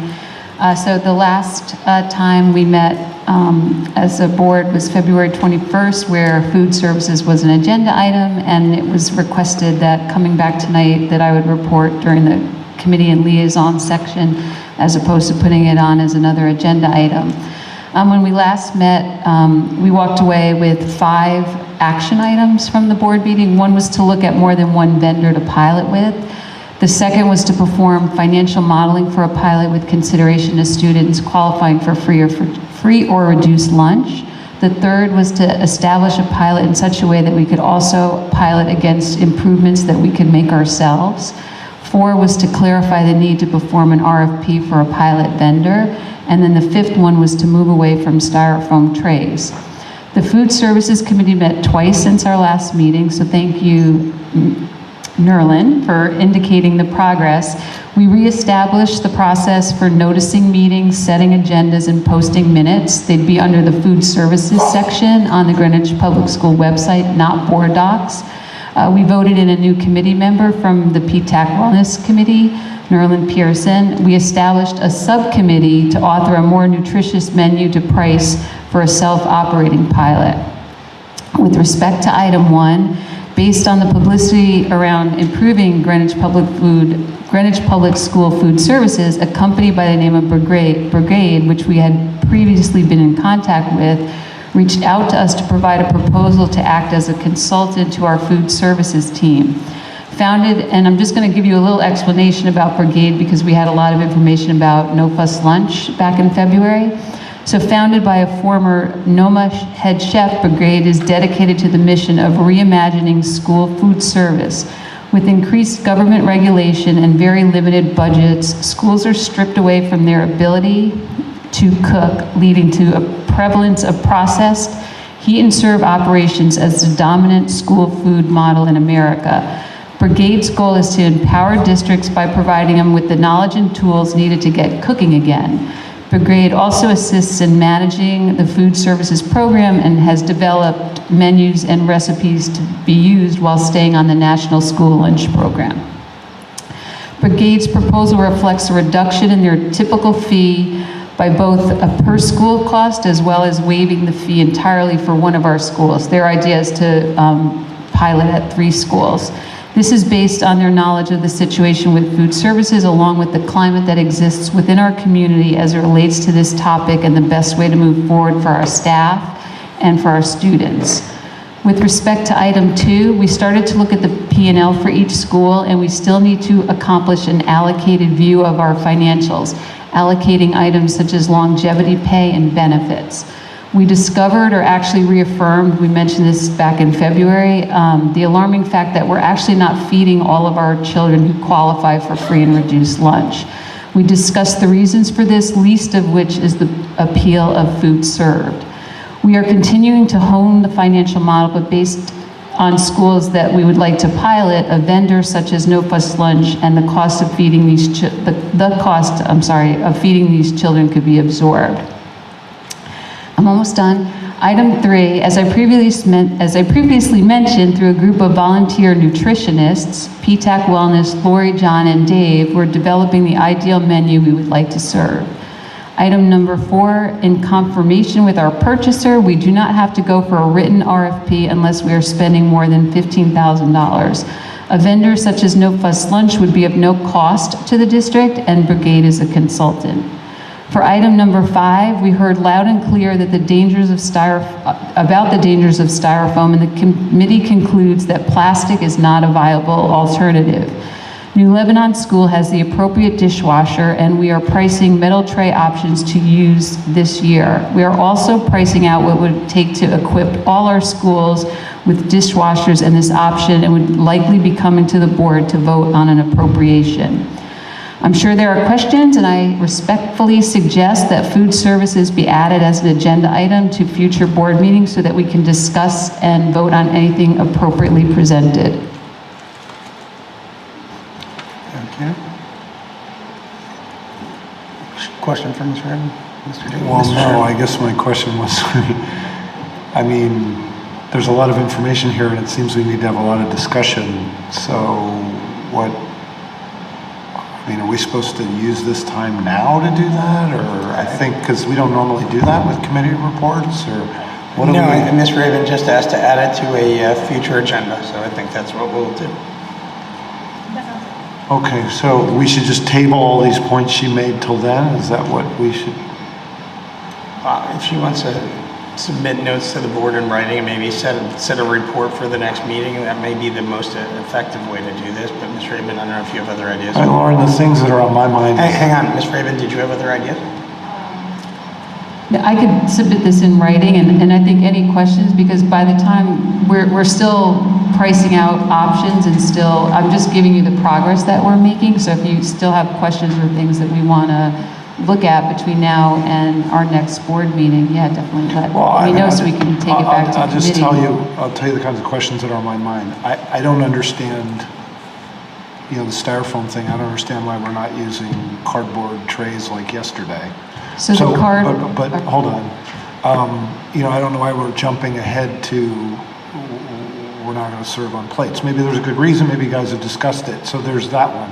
The other one is, for me, the point of the RFP wasn't whether or not it's the regs or not. It's the whole point of essentially, part of the reason to do RFIs and RFPs is you get a lot of new ideas and a lot of new information. That's why people do them. I heard some speaker talk up here and, it was clear she was opposing, because she found this vendor for us and liked it. I'm not making a value judgment about that vendor. I want to know, there's lots of other people in this space. I want to hear all the other ideas other than the one idea that this one company has put together around their business model. So, you rattled off a bunch of stuff there, and I'm just, I would hate it to be thought of, it sounds like it's like, here's the questions, and now we're just going to give the answers in the committee and then kind of plow forward. I think to your point, we need a full-throated discussion about this. There were others, and I'll just leave them for the next time. Okay, Dr. Francis. I think it's great you guys are working on this. Thank you. It does seem like we need to try and get out of the we're doing it and actually move forward on some of these issues, and it sounds like we are, which is great. My understanding is that there's other things to come in the future soon, and I had already put a box down here for us to say during agenda time, like at some point we need to come back to this. So I totally agree we need to put this on our agenda when you feel like you're ready to present the information that you feel you've gathered and it's ready for us. Ms. Dow. Thank you, Lauren. I think this is a great thing that we should be pushing forward. And it's funny, I was in New York today, and was it 2 weeks ago they announced Meatless Mondays? I'm not saying I'm in support of that because I actually like meat, but I'm just saying that they managed to move New York City schools like that on something that they valued as a health issue. And so I do think that we need to have a little bit more of a sense of urgency on this issue, but I think that you're going through the right process because you're only going to get everyone's support. If you build a financial model, we get to make a choice. And we actually sort of all together say this is the direction we should go in. So I think you're following the right process, and maybe we should try to do this in the next month or something like that. But styrofoam has to go. I'm totally with you on that. All right, Ms. Tate. I want to congratulate you and the committee on making so much progress since the last time we talked about the topic. I think this is something that has to be accomplished for the next school year. I'm curious about one of the figures to make sure I understood. The 110,000 is for reusable ware, or is the 110,000 a projection for the reusable ware and the dishwashing systems? It was both. Okay, but you're going to confirm, because we only have one school right now, New Lebanon, with the capability, right? Well, I want to just congratulate you and ask you to come back at the very next business meeting so that we can really move forward with all of our questions answered and full speed ahead. Thank you very much. Just if you wouldn't mind, just related to the cost of the reusables, Lauren, does that figure include labor? Because I know that that's also an excessive charge on top of the plates, dishwashers. I was looking at Lori, no. Okay, Megan. There's a lot to unpack here, so I would be in support of adding it to an agenda item. And I'm also in favor of the styrofoam ban, supporting a non-toxic reusable ware. I think that's a no-brainer. I think that it's, I think I was surprised too to find out that we're still using styrofoam, honestly. So it's time, and in terms of all the other details you have here, I think it's something for a bigger discussion. So I support adding it to the agenda as well. So Lauren, I'll just say the BET is voting on our budget tonight. We did not have a capital item for dishwashers. So I'm in complete support of trying to get to paper goods, at least until we can get that into our budget. It'll be another cycle. But if we can move faster, and I'm sure Mr. Mayo is listening to me because he's sitting right next to me. But I think we're all pretty clear on that point. So we can tee this up for the next meeting, and if you can share what you've got in writing, that way members can send questions to you so you can anticipate. I think that might be helpful. All right, Mr. Chair. Does anyone know the reason why we're not using biodegradable cardboard instead of using styrofoam before we start talking about dishwashers and dishes? Yeah. Is there an answer to that question?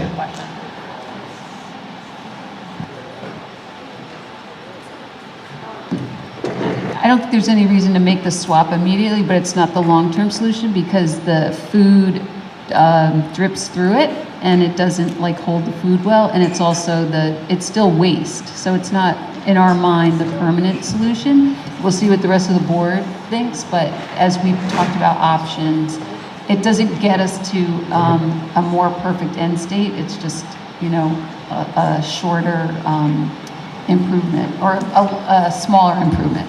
Because my own view is every bit of plastic we can not put in starting tomorrow is good. And I'm betting the packaging industry who makes these things figured out that they designed them so they don't disintegrate in 5 minutes, but maybe I don't know what the hell I'm talking about. I'm sorry, we're public hearing is over. We're on our The board sooner committees. somebody would answer that would be great, but okay. Thank you for keeping at it, Lauren. All right, committee reports down this way. Dr. Francis. Curriculum committee continue to have a really interesting discussion about the capacities of the vision of the graduate and how to have that reflected down at the middle schools and elementary school, and that's moving forward, and as well as reviewing digital tools and things interesting with that. Alliance, I have nothing specific to say except that someone was saying earlier, it is a great organization. It's a fantastic one that really supports our community, our teachers, innovation in our schools. And so every event, whether we win or not, is a good event. So I encourage people to. No, we did not win. No, who carried us? It was teachers. Two teachers carried us. Teachers carried us. Wait, we were along for can the you ride. remember who they were, Ralph? Say their names, because they were amazing. They carried us. Oh, Joanne. Yep. Yes. Mm-hmm. Yes, that's right. They carried us. They carried us completely. Okay. And then policy, we'll be doing later. Okay. All right, so just a quick chair report. So the board voted to add a ad hoc committee on the strategic plan. The 3 members who volunteered for that are Ms. O'Neill, Dr. Francis, and Mr. Scher. I'm going to ask the 3 of you to meet maybe with Ms. Francis, Dr. Francis, organizing that meeting and getting it posted. Ralph and whoever you think needs to be there, maybe as soon as you can before our next meeting so that you can come back and talk to us about what you think that work is going to look like, what the committee may or may not do, and so the board can have a better sense of what that will become. So that's all I've got. All right, so with that, we're going to move on to our, Ms. Dayton. It's really important to clarify something. The Strategic Plan Committee carries us through the end of this academic year, correct? Because I'd like a chance in the fall, when we're talking about a future plan, to get on a committee for the next plan. So this actually would carry us through to November when we would re-up our committees. We do that on an annual basis after we elect our officers. That's just our policy. Doesn't mean, obviously, all members are able to attend all committee meetings. They're posted meetings. All right, with that, we're going to move on to our discussion items. The first discussion item is the academic quarterly report for the Humanities and ESOL program. Good evening. We are down this way. Is this okay? Because I have a team. Thank you. So yes, good evening. In your board packet is the latest academic quarterly report, which is focused on humanities and the ESOL program. These programs are highlighted together in partnership due to the intentional collaboration of my colleagues here this year to serve and support all students in the general education classroom with additional focus on cultural relevance, equitable access, and making learning personal.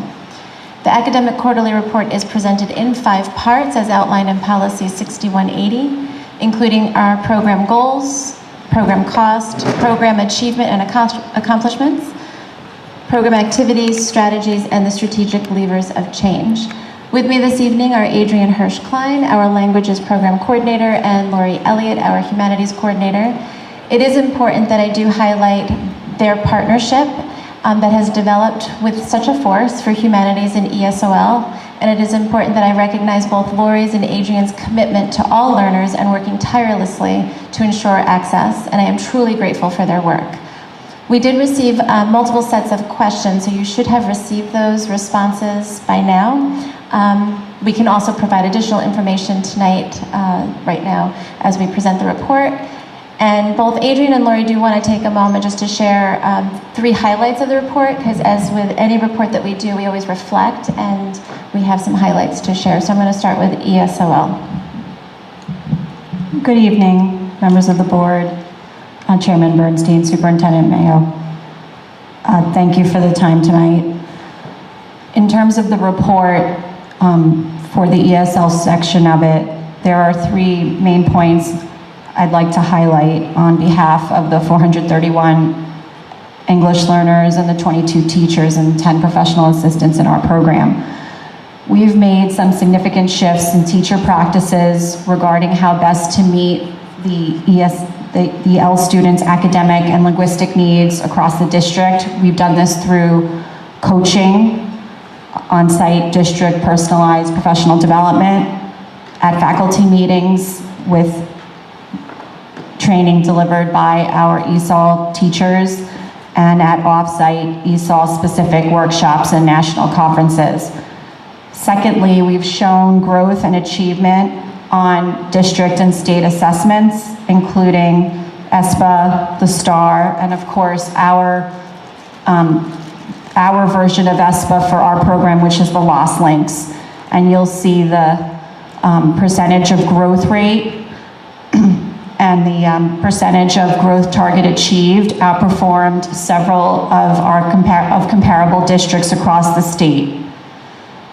Thirdly, we continue to build strong partnerships with our ELs and their families. Relationships are everything in our program, and we do this through parent engagement events in the evening and on Saturdays. In this building, we offer a morning session to parents of ELs, giving them ESOL, English language instruction, and showing them how best to navigate an educational system in a country they are learning to become more familiar with just here at JC. And that's just one small example of the strides we're making to continue to build relationships with our community. And then finally, we've reactivated partnerships with our reading specialist colleagues as well as our special ed colleagues to determine how best to support those ELs who need intervention beyond the mandated English language instruction that we provide to them. Thank you.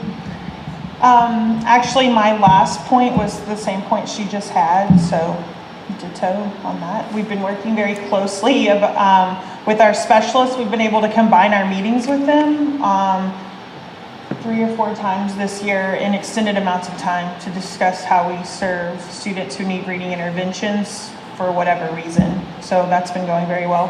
And also work with high school courses and making sure that we have the right pathways in place for students who are receiving language services.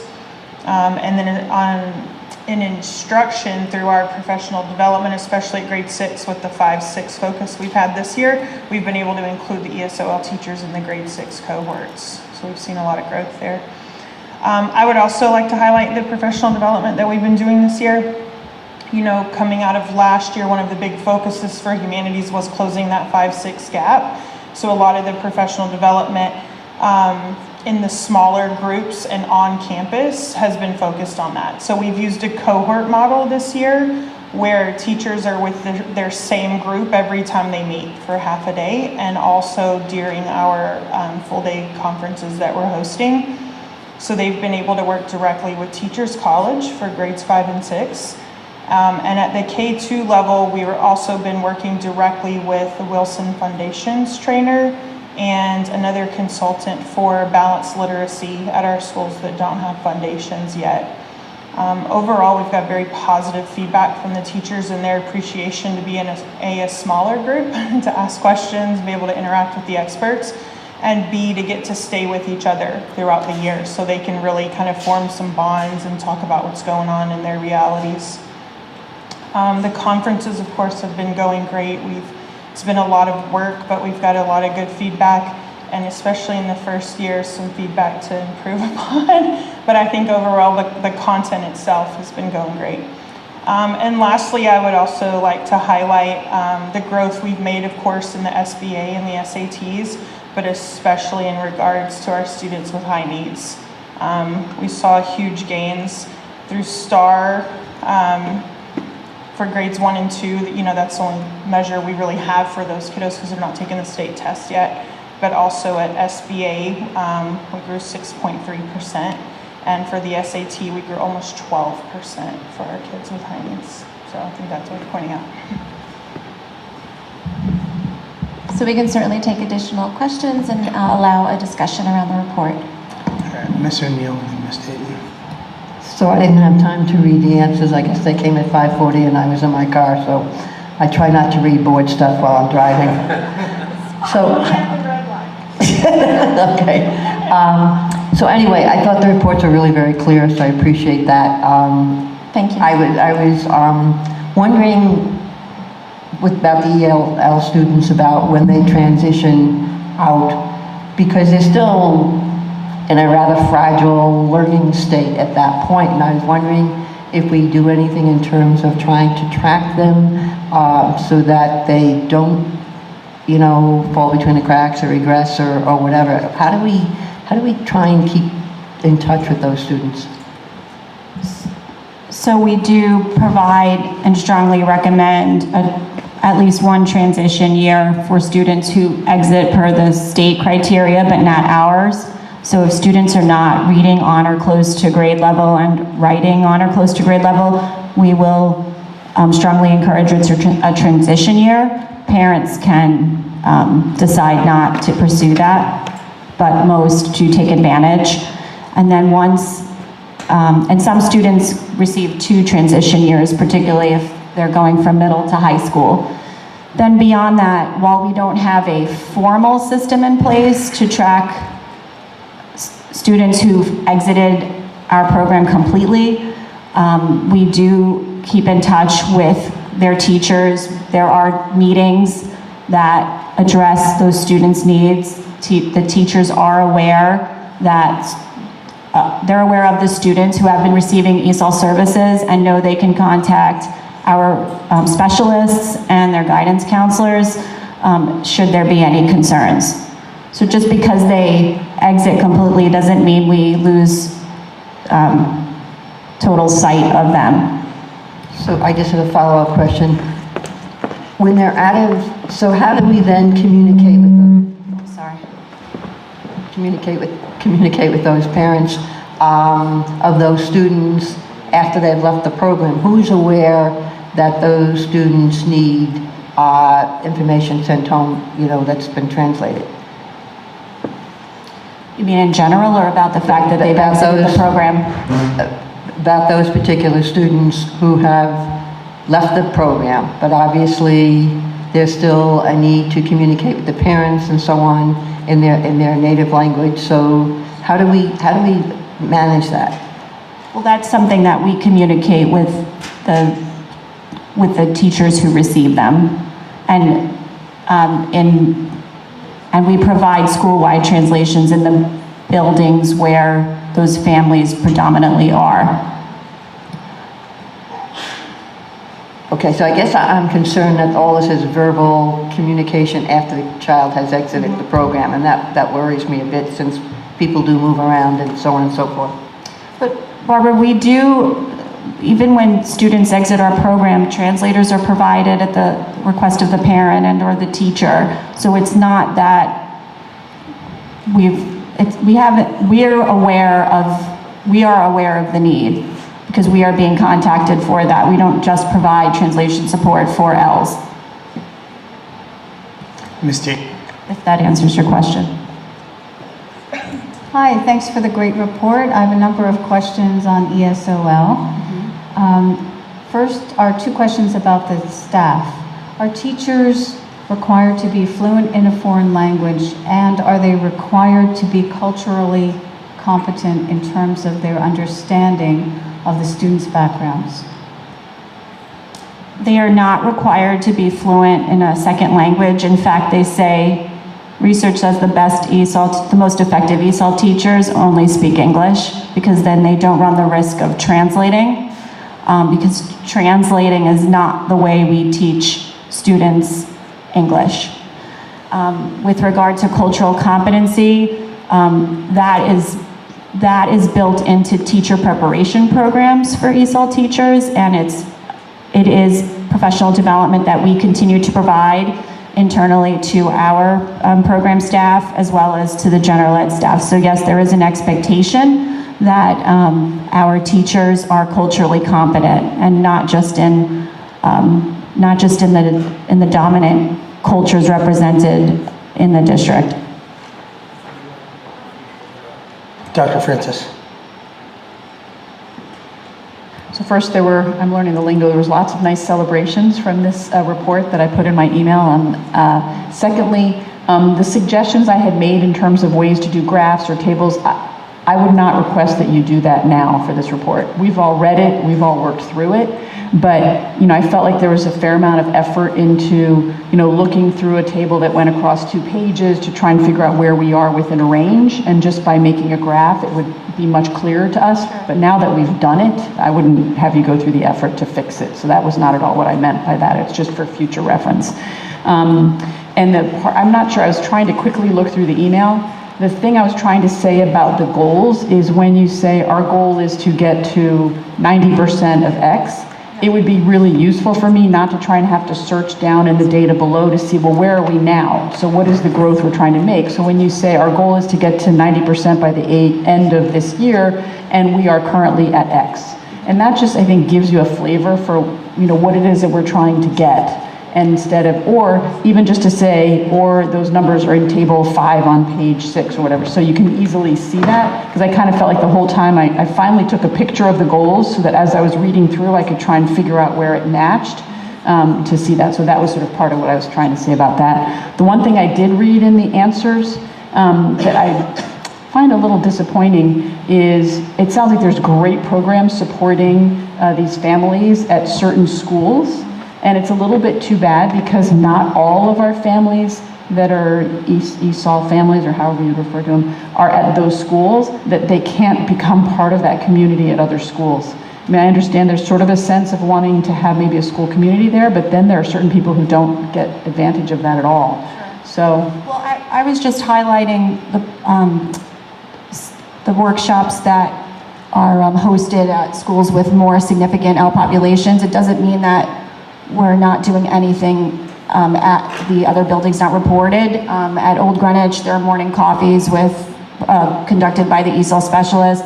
North Street and Riverside do a Thanksgiving. They have a Thanksgiving celebration on Wednesday. I was just trying to be concise and, There's other similar types of things. There's plenty going on across all of the schools. Just trying to capture the main sessions. Ms. Olson. I think it's right on point that there's family engagement is everything. So I really appreciate the fact that you highlighted, reaching out to the parents of Ls and helping navigate that process and the way schooling works here. And also cultural proficiency is paramount to the success, for students to feel included and incorporated and integrated into the school system. So I just want to say thank you for that part, because I think it's really, if parents are engaged and understand what they need to be doing for their particular children, that's where we're seeing this growth, So appreciate all that work that went into that. Thank you. So I wanted to ask about the tracking. I know you say it's something that you're going to do. Is there a way to go back and look at this? I'm just trying to figure out how we make sure that this is sticky, right? when kids leave the program, I know they get that first year of transition, but how do we make sure 2-3 years down the line, especially for kids that they come into the district with no language skills, how are we making sure that they're achieving to the highest levels without tracking them? That's a system that our team has to talk about putting in place so we don't lose sight of those students. But again, all of the teachers who are part of that child's education understand that child's background and do know to come to our specialists when there's an issue. So just a follow-up to that, you had a chart of the number of students in the program and who exited the program. You know, there's probably somewhere in there a correlation, and I had asked the question, it might be in the materials you sent this afternoon, but what is the average amount of time a student spends in the primary, not the extra year or two, but when they enter and when they exit? The average amount of time is typically 3 to 4 years spent in the ESOL program, not including a transition year. And that's an average. I mean, we have kids who can exit in 2 to 3. We have other kids who are in the district 7 to 8. It also depends on whether the student is dual identified and has some special learning issues. So we have that represented in our program too. The new state growth model on which these targets are based allow for a student to be in the program for about 5 years. The expectation by the state is that after 5 years, most students should have exited. And past the 5th year mark, they're considered long-term learners. Okay, Ms. Dayton. I wonder if there's evidence of more productive time periods between entry and exit of the program. I didn't see it in the report. It may be there. And then I have one more question. Should I rephrase that? I wondered would you mind? I wondered if the stay in the program between entry and exit has shown a trend over time of changing, either increasing or decreasing the total number of years a student stays in the program before exiting. So I'm sorry, a student stay, how does a student stay affect how long they No, I wondered enter or if exit? you had seen more productivity in learning between entry and exit as a trend. How long are students staying? Are they staying fewer years? Or are their stays lengthening? Oh, I see what you're saying. I mean, I'd have to go back and I'd have to go back and analyze that. I've been seeing a regular trend of about 3 to 4 years. And I have one more. The co-teaching model. That's in some Title I schools. Why not in all? The co-teaching, because the ESOL, it's not confined just to the Title I schools. The ESOL coach, we hired an ESOL coach who's grant funded. She's part-time, working 16 hours per week. She maximizes her time very effectively in that short period of time. She not only works in Title I,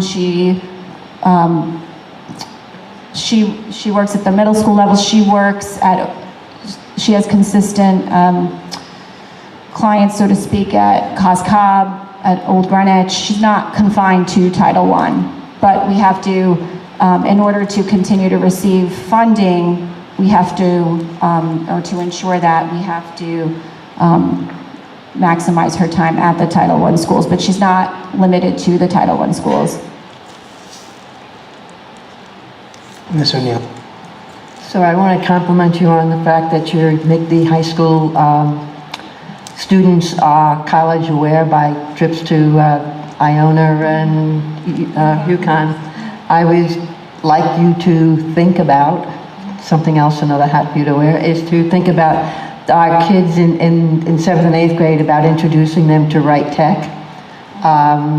because that's, I think, a possibility for some of those students, and it seems to be something the board has been encouraging, our connection with Right Tech, and this might be an ideal way to do it. I've actually talked to Judy Nadell at the high school as bringing the kids there as a field trip, as you've already been proactive with the others. I wanted to ask about the fact that before we heard that 40% of our free reduced lunch kids do not take the lunch. And I was wondering if it's a matter of information not going home in some way, and if there was some way we can make sure that information goes home to all our free reduced lunch students who are also ELL students. The one other thing is, do you kind of survey whether all your kids have access to Wi-Fi at home? Because if they don't have access to Wi-Fi, then they can't do their homework and so on and so forth. So there are hotspots that we use, so you send that information home to all those kids who qualify? Yes, we do. Okay, great. Ms. Wilson. Well, just based on the last thing, I think that all students should have access to Right Tech, just like all students should have access to setting their sights on MIT. So I think that's really important that the L's and whether our students are English language learners or that they have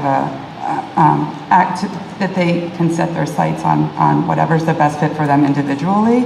The only other thing I was going to say, I know you talked about, there was a question earlier about how long the length of stay in the program, and you also mentioned that picking up on learning disabilities encompasses that as well. And just from just a sort of point of clarification, it can take longer to identify a learning disability in someone who's learning English for the first time. So that can also, if you're gonna, someone's gonna be diagnosed with, let's say, dyslexia, but they're just learning English, it's gonna take a little while to realize, oh, this student may have dyslexia once they're starting to learn language. So that's also gonna be that's gonna provide a big range in terms of how long this program is provided. So I just wanted to, I guess I'm sort of answering questions from the board, but that's I think that's an important point of clarification. Any other questions, or Ms. O'Neill? So has any thought ever been given to using the rather significant amount of tuition money and professional development lead money to prioritize that for getting classroom teachers, maybe not totally certified, but at least taking courses in the ESL? I'm really glad to see you doing that, because I think that's really effective if it won't. So it would be a really good goal to have at least a Title I, many of the Title I buildings have teachers who are also certified or at least taking courses, and it might be a way to prioritize some of the money, just fairly significant amount of money that's in those two categories. The other, I forgot what else I was going to ask about, but okay, but I have a question. Mr. Chair, is your question about ELL or humanities? Because Ms. O'Neill, let me just switch gears. I don't know if you... No, I'm on I didn't think I'd be on ESL, but I think this is a little hot, Aaron.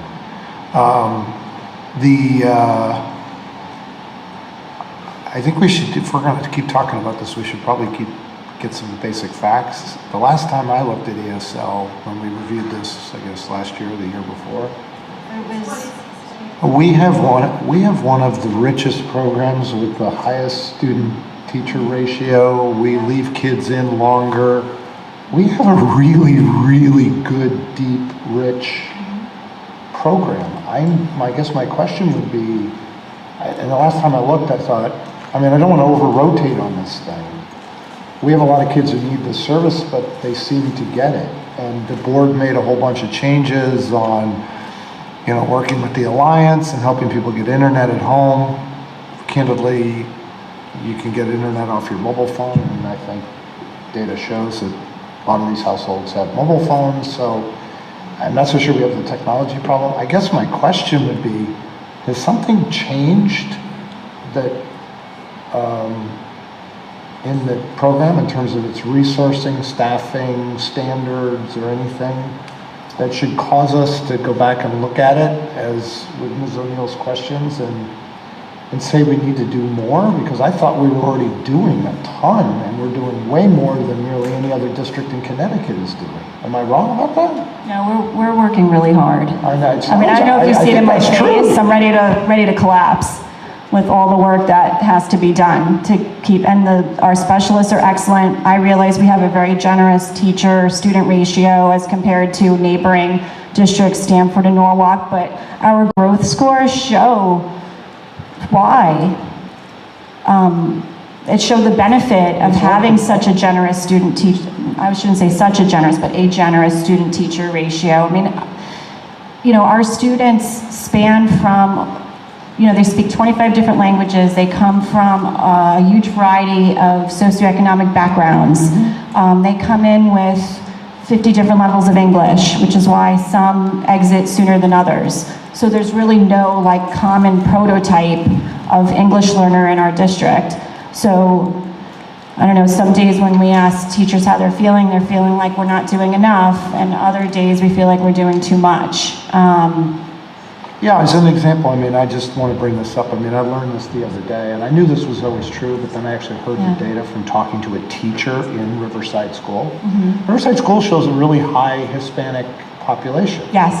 And we have to stop the stigmatization that says, oh, Hispanic means this. It means poor, it means whatever, central, whatever it means. People just flip this in their head. We got to stop doing that, because it turns out those kids are like overwhelmingly exceptionally wealthy, from highly educated households, primarily Southern Cone, and their English skills are impeccable. Yes. So and some don't qualify for our program as a result. Some do, some don't. Is there more we need to do than I mean, by the way, you can always do more, but in the constrained environment we're in, is there some like gaping hole? I think we need to look at our translation services. We do provide translations. My assistant is the district translator. And we have parent liaisons in our Title I schools, and we use Spanish teachers, our Spanish teachers, to help translate. We have a Japanese teacher at COSCOB who translates.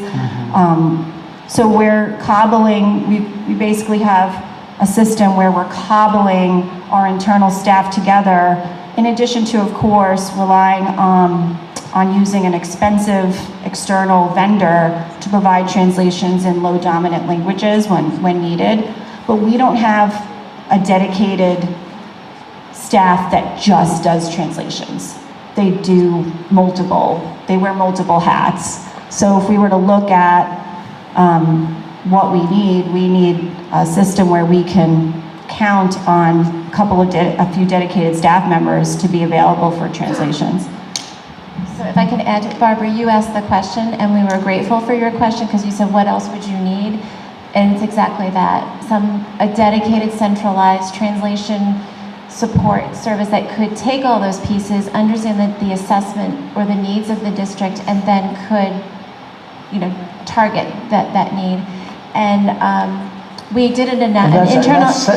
Irene, just straighten me out. That's separate from ESOL. That's like no, because her office oversees. I understand her office, but it's not within that program, right? It's something you're saying we need district-wide, ESOL or not ESOL, right? Correct, because the needs are so great now. Right. And we did an internal analysis of how many hours of translation services each school needs, and we're getting up into 15 hours a week that each school needs.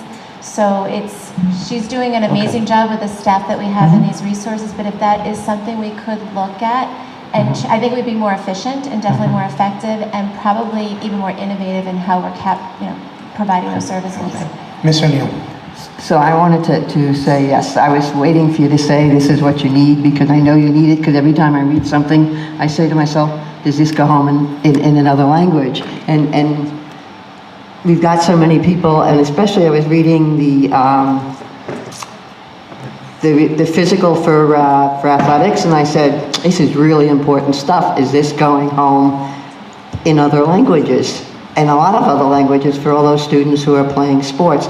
So I hope on the cover, you're supposed to say something about what it is you need, and I hope this, as we begin the new budget, cycle, yes. you gotta set this as a priority, because I'm hoping that the board this year will have a little bit more input sooner, and that we will then have priorities and not have a whole bunch of stuff that comes at us from nowhere, but things that you need. And I know you wear a hat as avid, as well as your ESOL situation, so I know you're very busy. We did shift Ava because we were able to make her whole, and again, because of the translation needs and everything, but Yeah, so I support anything that you can do in terms of the translations, because we're obliged by law, and we just can't use anybody to translate in some of these situations.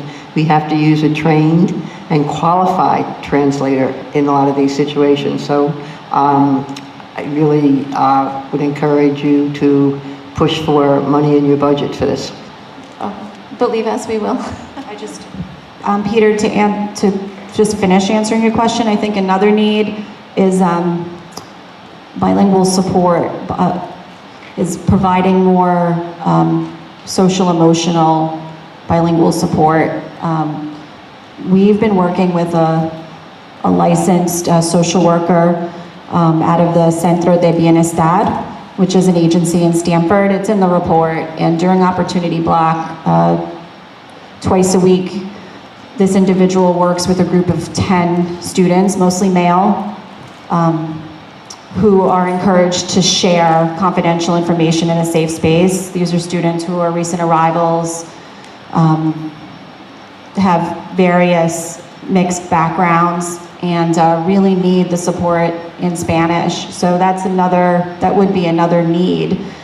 He was pro bono for us last year, and we were lucky to have that. And this year I was able to find a little bit of grant money to give him a stipend to compensate him for some of his time. But that is a need. We welcomed 30 new students in our ESOL program just at the high school. So even though the total number in our program seemed to remain steady in the 400s, 30 just at the high school this year was staggering. And it's kids from your traditional student from Japan on grade level, all the way to a 17-year-old from Guatemala who may have only completed 6th grade. So. Go ahead, Ms. O'Neill.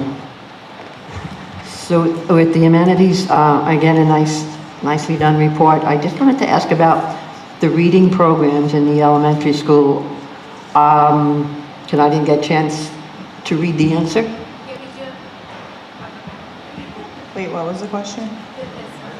Oh, tell you about it? Just what are the reading programs? Because my understanding is that we have Orton Gillingham and then we have something else. Oh, okay. So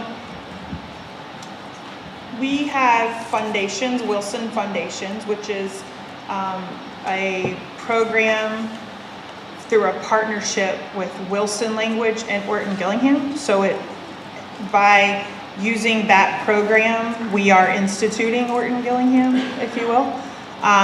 In addition to, though, our personal Orton Gillingham trainer that we have on staff here, who also trains teachers in the methodologies of Orton Gillingham to use as like strategies on a daily basis. So a couple of years ago, it was before me, so I apologize, but maybe 3 years ago, there was a pilot with the Wilson Foundations at a few of the schools, and then 4 schools, Cos Cob, Hamilton Avenue, Julian, Curtis, and New Lebanon.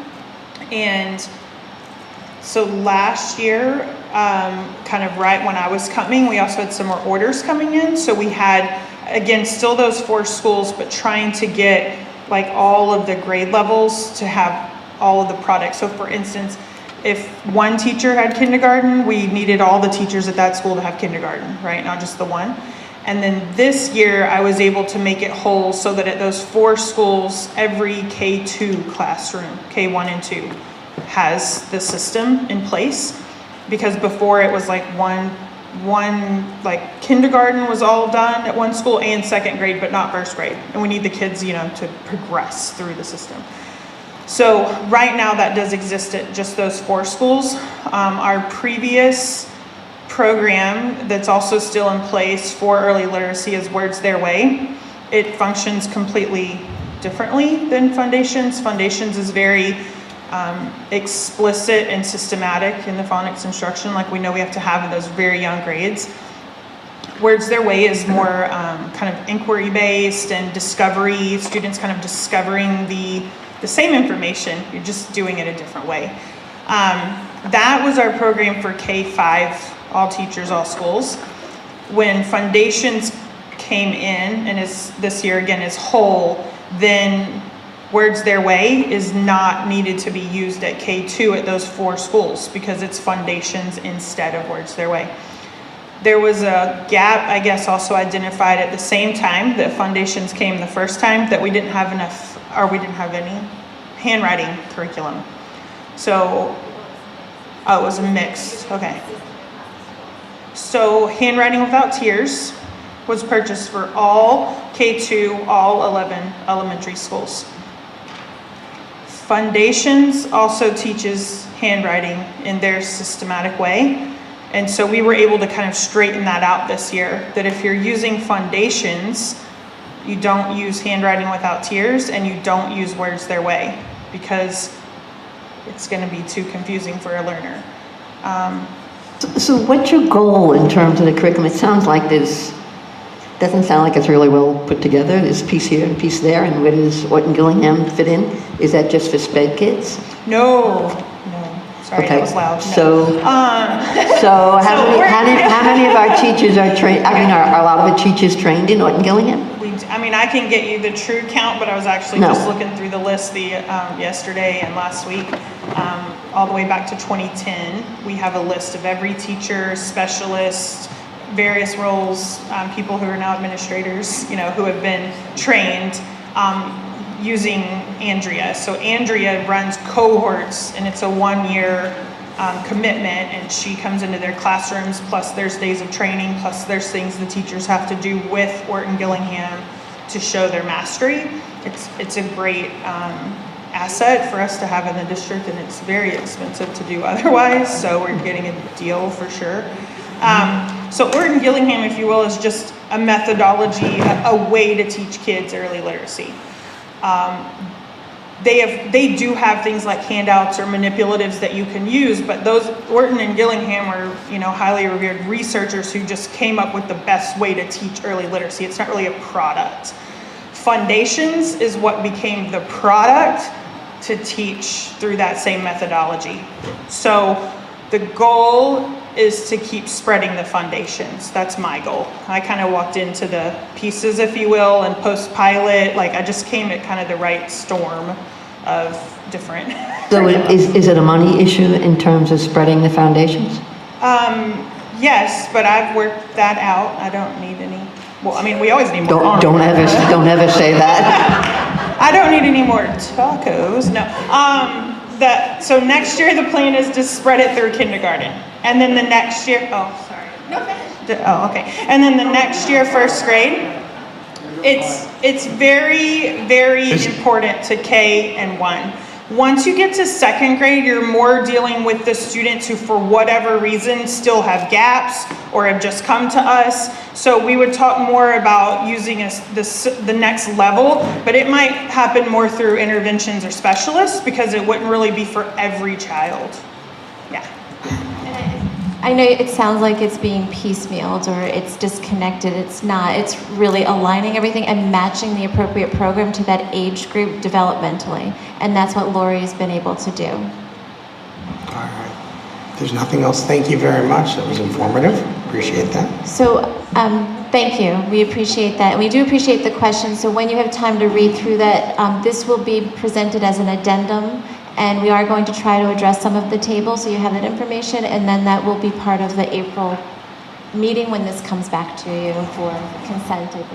Maybe not, but we can attach it as an addendum. If there's questions, the board members can always email the superintendent. Sure. Yeah, the answers will get posted on board docs. Correct. Okay, thank you very much. Thank you. All right, so our next agenda item under discussion is the 9311 policies. It's a section of them, Carol, not all of them. And this is a first read. Dr. Francis.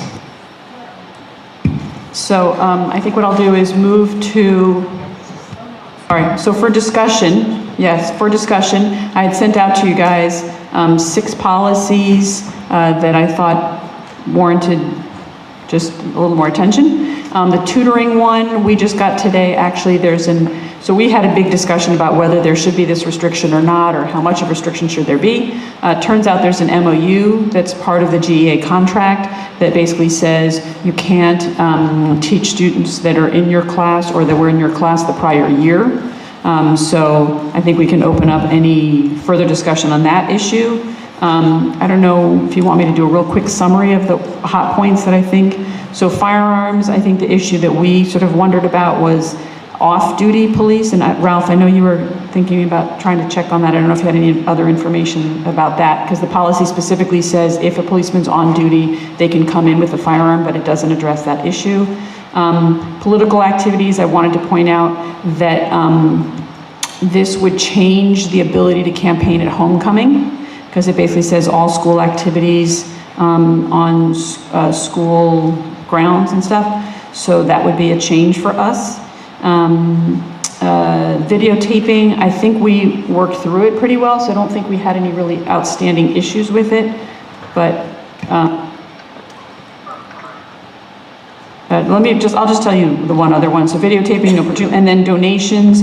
The issue was, how do we feel about if someone wants to give us money and has a name attached to something they're giving? And this does not allow that, and whether we wanted to reconsider it. Ms. Reagan. I just have a couple. So I totally had the question about the tutoring within your own school. So glad that that's addressed. And then when you said the campaigning at homecoming, so I personally campaigned at the GYFL football games. So is it just during a school event? Okay. And then I thought on page 15, I think it's policy 1331, you went in such depth about what cigarettes and jewels and that whole bit is, that on page 5, number 7, like I thought you might want to just refer to the other policy, because the language of, that doesn't match, and maybe just to make it easier on yourself. Page 5. And it's number 7. It's not the same verb tense. Smoking, e-cigarettes, vaping, and other used tobacco products. I'm sorry, tell me the name again, the number? Page 5, it's policy number 1316. And it's item 7.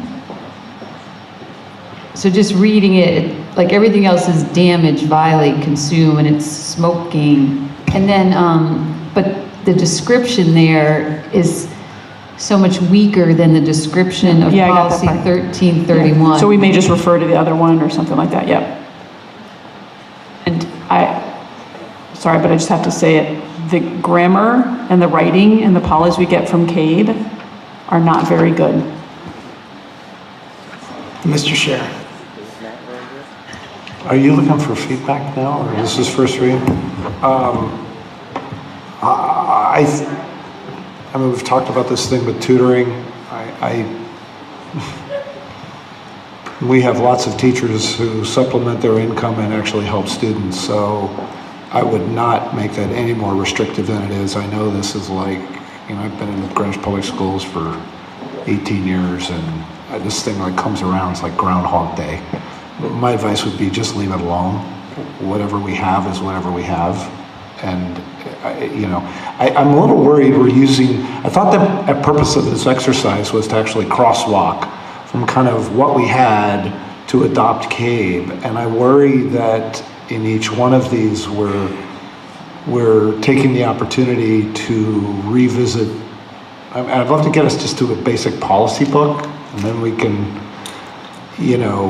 work from there. Hold on, Gaetan, let me just finish. And that's why I think some of these, like, it's an old axe to grind, as an example, with Chris Winters on town politics at homecoming, having candidates stand out and hand out campaign materials. He tried to get rid of that forever. That's as old as the hills.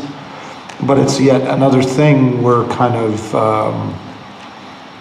it opens a can of worms, as an example.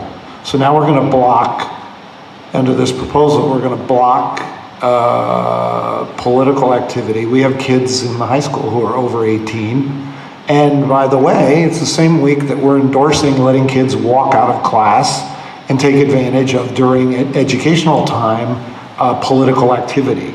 So I think we need to be thoughtful amongst the 8 of us of kind of these double standards and these little bits of potential, I'll say it, hypocrisy. We need to be sure if we're going to do this consistently and we're going to go, then we ought to have the discussion about the principle, and then what's the principle we're going to have in Greenwich Public Schools, and then we need to take the policies and they need to reflect the principles. When we deal with this kind of like a tactical, how do I feel about this thing tactically, and we don't think it through, it worries me as an example. And that's why I say I thought part of this was to crosswalk over to CABE, and then any of these more controversial things we could then take up one at a time. I think for some of those, if these changes were to go through, not that it matters, I'm 1 of 1, but I wouldn't necessarily support those. Ms. Doe. No, I think you bring up a good point, Peter. We talk about a lot of these things. When we take the CABE policy, then we do try to find out what our current policy is. I mean, I'm the one that sort of noted that I thought the tutoring policy was different than just because I actually know people who do use tutors within their own school. So I sense that probably was wrong because I know teachers wouldn't want to go against their own policies. So I did raise that, and so I'm happy we found the memorandum of understanding. We also did quite debate the political, and so, I mean, I think we should talk about it because one of the things I sort of jokingly said, I mean, I guess I don't really care if you go to homecoming, but I think it just annoys the parents. So I know that when I campaign, you don't want to necessarily do that because people are like, oh, get out of my way, I'm just trying to go see my kid's game. But then that could be your choice. So that is one of the things that we did debate. And so I think it's fine to have this as an open discussion here because I know that we didn't really take a vote on it. We just sort of went with what CABE had suggested.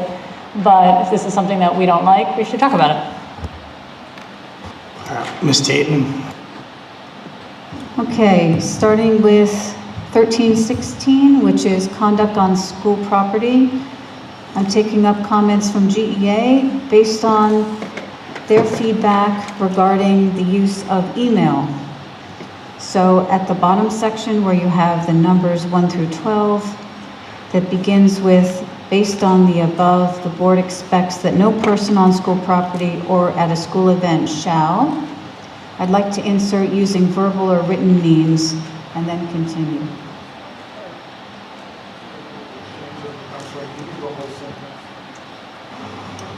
This is policy 1316 at the bottom section where you have numbers 1 through 12. It's preceded by a sentence that begins, based upon the above, the board expects that no person on school property or at a school event shall. I'd like to insert there using verbal or written means. This is for policy governance to take up as they see fit. Okay, so we don't have to wordsmith. We don't have to wordsmith, it's okay. I've got a couple more. Is that okay with you? Well, Ms. Holmes, okay, yeah, go ahead and do it. Go ahead. All right, then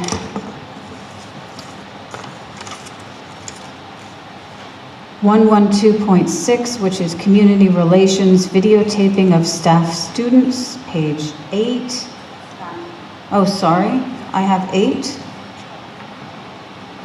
Recording by outside entities is a section on page 8. It continues, page 9, videotaping of staff students. The PTA finds it important that they be allowed to have the ability to record for their own use student events. So that's something to take up at policy governance. Let's see. Policy 1324, page 12, soliciting funds from and by students. The PTA has asked that we consider in this fundraising section, fundraising is in connection with school-sponsored projects. We can insert and PTA events or and PTA fundraising organizations. However PGC wants to word it, but they have to have the ability to fundraise. It's important that the PTAs can fundraise.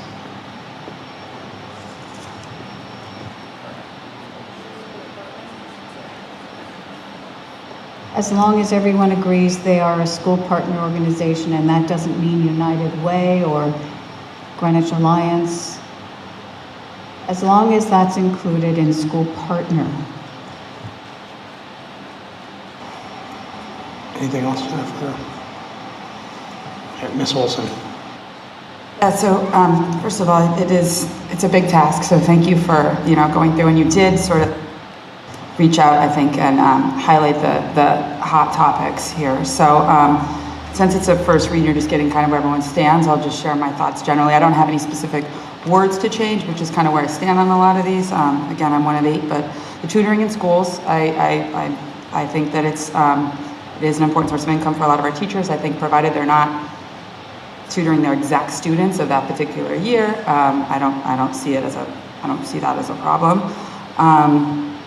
The firearms, having firearms when for off-duty police officers, I'm not actually personally comfortable with that unless they're in uniform.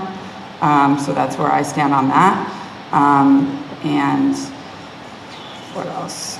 Campaigning, I'm not 100% sure where I stand at this point. I think I could, I'd have to think about that one a little more. I have read it, but I could see both sides of the issue on that one. Videotaping, I just want to add one thing. Videotaping, I know we don't have any words in here for this, but there has been instances where teachers have videotaped students as a punitive form of means in the schools, and I don't know if we want to add that in here, but that also should be not, that's something that shouldn't be happening. In the videotaping one on page 9, I know we're talking about videotaping of staff and students, but there's been, if a teacher videotapes a student as a punitive form, I think that should also be, it goes both ways. That shouldn't be our policy, which it isn't, I don't think, but that's something to point out.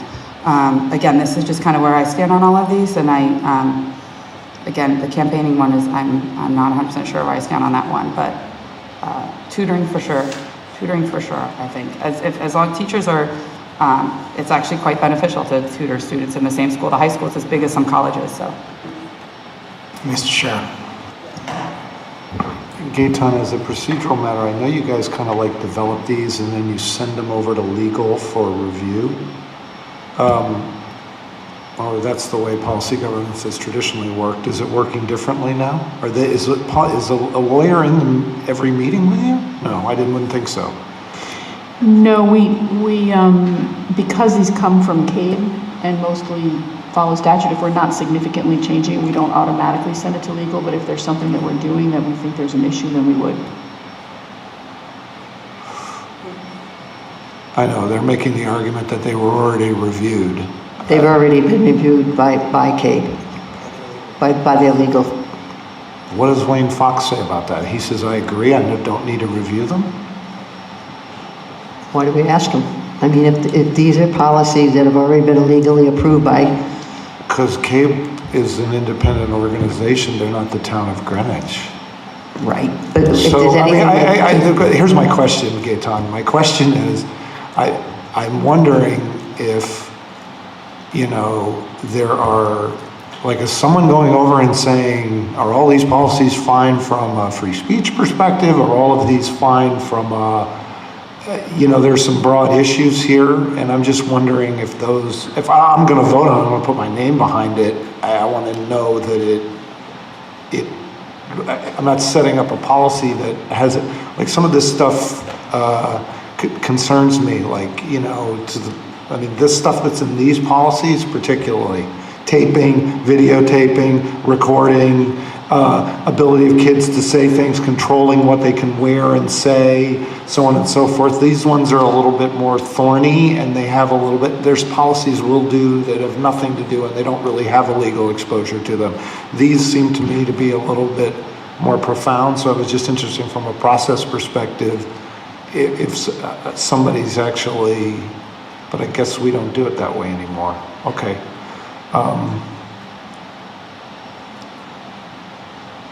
I guess what I'll have to do is then send questions, because our current, unless our policies change, and I don't know it, our current policy is to go to the town attorneys, we go through the board chair, so we send the questions to the board chair goes get written answers or answers from them, and then come back. And some of these I'd want some guidance before I knew what I was voting for. It's not good enough for me to know that CABE did the review, because I don't even know what kind of review they did. So, well, what I would say, Peter, is if there are specific policies you want to flag, we certainly can send them over to legal counsel. Now, we won't vote on these until our April meeting. So the sooner you get a note to me, the sooner I can well, I'd be try to interested. engage. When are you guys planning on, now you've got a bunch of revisions potentially, when would be the next, are we gonna, some of these are gonna be. April 4th, I think, is our next meeting, so we would be going over these April 4th. I just think we need enough runway between when they've actually written based on all this feedback, and then from there before we get to the next meeting. So what I would say is it's sort of a dual track, Peter. So the PGC committee can go back and work on the policies at their April 4th meeting. If there are policies that the overarching themes cause you to want legal counsel to review them, I would say don't wait till April 4th. Okay. The one just other, knowing what the time frame is on a return from the one legal other counsel. feedback I'd give is particularly is I've been a strong and long-standing supporter of raising money to be used in public schools. I know there's some here that have different views on that, but I've been that way for 10 years. However, with that said, I think we need to draw very hard lines between the school system endorsing the fundraising activities of any organization, right? PTAs, I'm thrilled to have them, but the thing we always lose track of is the PTAs are not the school system. The PTAs are separate organizations, they're governed separately, and we need to be sure we don't get, it's great to have a partner organization, but if the school system starts to get into their fundraising activities, I think that's gonna open up a can of worms. So with the comments that I think either Jennifer was making or what have you, we need to be really careful with that. Ms. Dayton. That's not in the policy as written. It's not what I said. It's not what I intended. So please, in these meetings, please stop characterizing my comments. It's happened multiple times in multiple meetings. Just speak your own.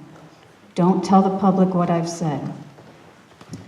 I support Jennifer, the you're inclusion. not I support listening to the what I'm saying. inclusion Peter, she's of speaking. PTA. I support the inclusion of PTA where relevant in these policies so that it's clear what organizations in the policy we're speaking about. And that goes for fundraising, videotaping, and other parts of these policies. If PGC could take up these issues and decide as a committee, that would be great. All right, if there's no other comments, PGC will take this up. Mr. Scher and others, if there are policies you believe should be reviewed by legal counsel, send me a note. I will wait until, let's say, mid next week, but I'd like to get a note off to town council earlier than later, or we may not have a response. Mr. Scher. One other question, Gaetan. In the document, the word regulation and procedures seem to be used. I understood in our old process there was a policy, and then that essentially said what it is, and then the administration goes away. Maybe I just need a primer here.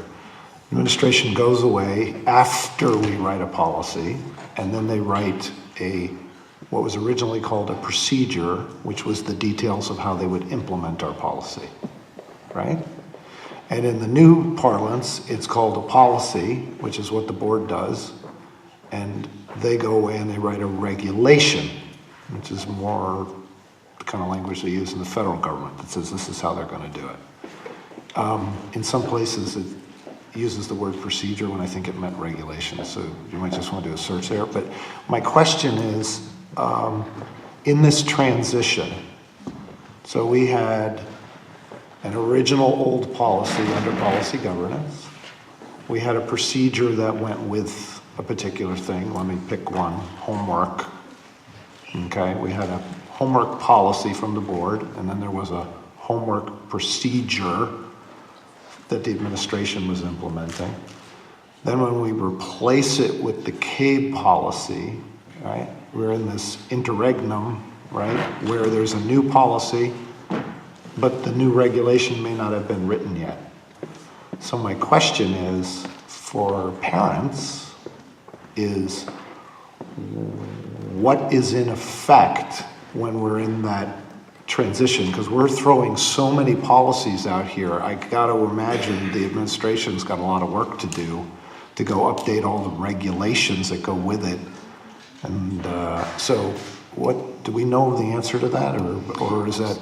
So we're planning on a lot of work for that, and some of that has begun, but the procedures that are still posted, as well as the old policies that are still posted, are still effective.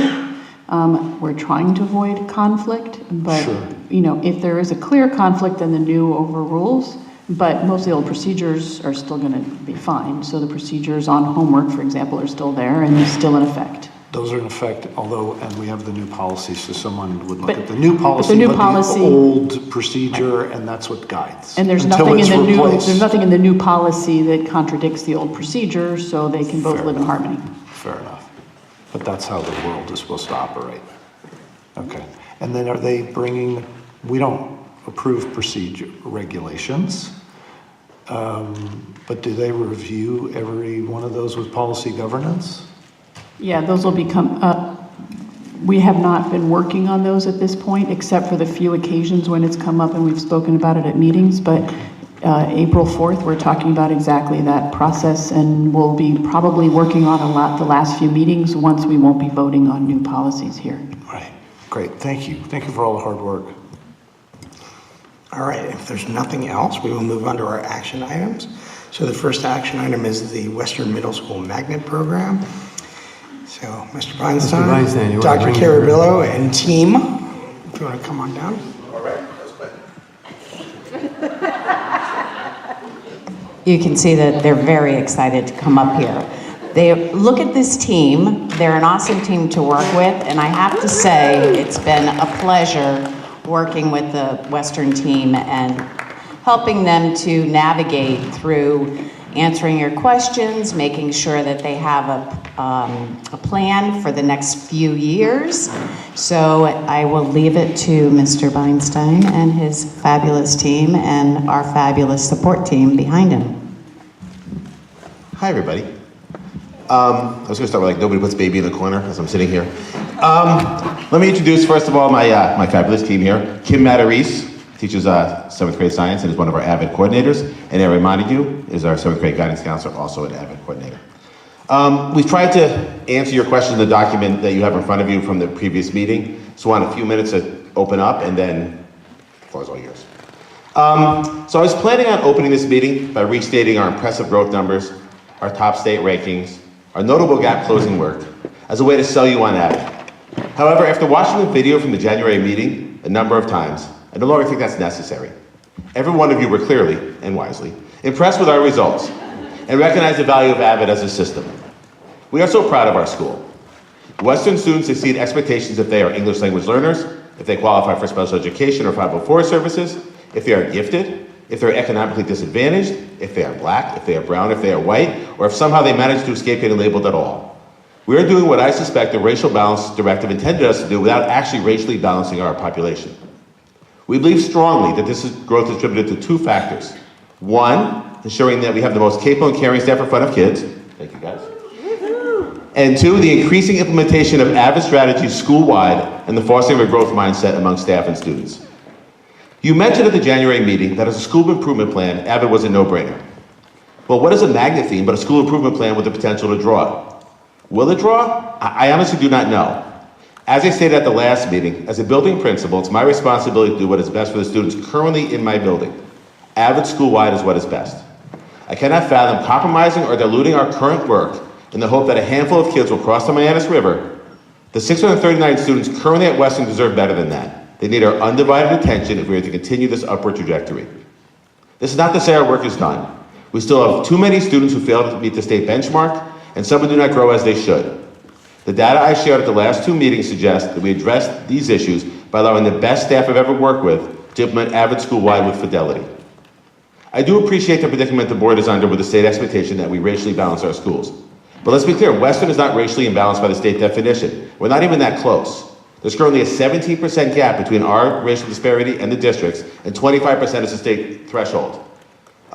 Eastern is a diverse school. Central is a diverse school. I used to work in Darien, where the idea of a minority was a brunette. That's not a diverse school. That being said, what we do have, though, is a wealth gap. Our percentage of students who receive free and reduced lunch is over double that of Central and 7 times that of Eastern. Speaks to what Mr. Short was speaking about before. While we don't need to be a magnet school to satisfy the state, I would still love to welcome any Greenwich students who feel as if what Western offers is right for them. I will close by asking that you vote today to allow us to continue and accelerate this work, unimpeded by the exploration of other initiatives and themes that to date have proven to be ineffective in drawing large numbers of Greenwich students from the neighborhood schools. I ask you allow us to remain a magnet school with our AVID-based theme being the draw. The stated goal of the district's 2014 state-approved racial balance plan is to, and I quote, accelerate achievement for all groups and close gaps in performance among our 4 subgroups. That's exactly what we're doing right now at Western. Your support of our work has allowed this to happen. We ask you to vote to allow us to continue on this journey. Thank you. Dr. Francis. So I would like to strongly support the AVID school-wide.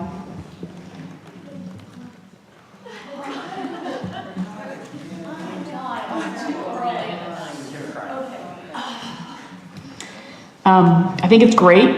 The number 2 point that you have here, which is the question about the magnet theme, I feel like that's kind of new. I guess what I would like to do is go back to saying AVID school-wide, keep it magnet, and not to necessarily either pick or decide tonight in terms of whether we need some other theme, because I think that's a little bit newer, and I think it's a little bit of a stretch. But I am all for the AVID school-wide, and I agree it would be great to be able to have students who want to come from other schools come. I'm sorry. No, you go ahead, Gordon. It's okay. We'll let you talk. Thank you. Raise the time. I think the thinking of kind of that sub, the learner theme or the leadership theme, there were some comments made, and I understand that AVID has a connotation among this town as being for a certain population, not being for the kids we're trying to draw. That was our thinking if we labeled it something different. But we are what we are, and we're very proud of being an AVID school. And I would only do that in the sense that if our primary purpose was to draw, and we had, rather than put our energies into convincing people AVID is something that they don't think it is, okay, we can change the name, but we're gonna be AVID. It's what we do, it's what's worked for us, and I just wouldn't want to compromise that. I was just going to say that I'm sold. I mean, I think there's obviously like strong leadership, and your enthusiasm is contagious. The fact that your team has stayed till I don't know, I don't want to say what time, but I mean, no, I mean it's just to me, from what I see, it's a perfect example of really strong leadership and helping all students reach their full potential. As you said, no matter what, race, religion, like just all students reach their full potential, and whatever you want to call it, keep doing exactly what you're doing, and I'm 100% in. Mr. Sheridan. Gordon, you already know where I am on this one because of what you said last time. I fully support you doing this. I've also become convinced, I don't care if you're a magnet or not. I just think we shouldn't fool ourselves. As you know, I think I can't stand this subject of racial balance, and the idea of classifying children by race in 2018 to me is just so morally repugnant. I think, you know, the racism that's inherent in identity and identity politics, I'm just so sick of it.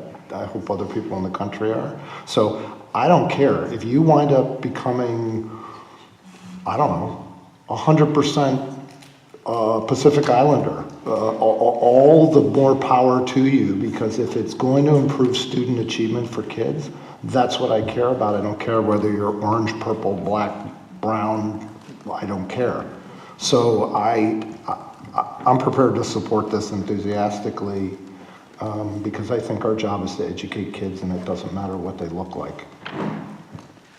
Ms. Tatum, then. Thank you very much for this wonderful proposal. I support the theme very much. I mentioned this in the last presentation, and I still feel strongly that you need more work on the career exploration part of it. I know you haven't had time, but I'd like to share with you an example from Innovation Lab that I'll leave with you, in which the Innovation Lab students had a chance to meet several employees from an industry and then pitch their own ideas and get feedback from these people who are experts in the field. I think that interaction is essential. I think the more hands-on the career exploration is, the better. So I'm going to leave this with you, and I just hope when you say students create a bulletin board in 6th grade, it's on, I believe, a field, and on 7th grade they create a bulletin board on a college. Is that correct? That's the career exploration piece? Yeah, the idea behind it was that they're growing from a career exploration and then connecting that to a college-bound result. And so bringing that AVID full circle through the advisor-based option is that we definitely want them to be hands-on, as you mentioned, but now connecting that also to what kinds of majors would you explore? What kinds of colleges offer those? And what kind of maybe co-op opportunities exist in that college because of that major or because of that career? And is that a virtual bulletin board, or is that a traditional classroom bulletin board with? It could be either. We have some TVs in the cafeteria that could proudly project all of those things, as well as other student announcements. Those would be ways to get them consistently running. But we have plenty of bulletin boards across the school, so multiple things could be done. Again, we haven't really discussed exactly what it looks like, but we have the ability to do both. Ms. Dell.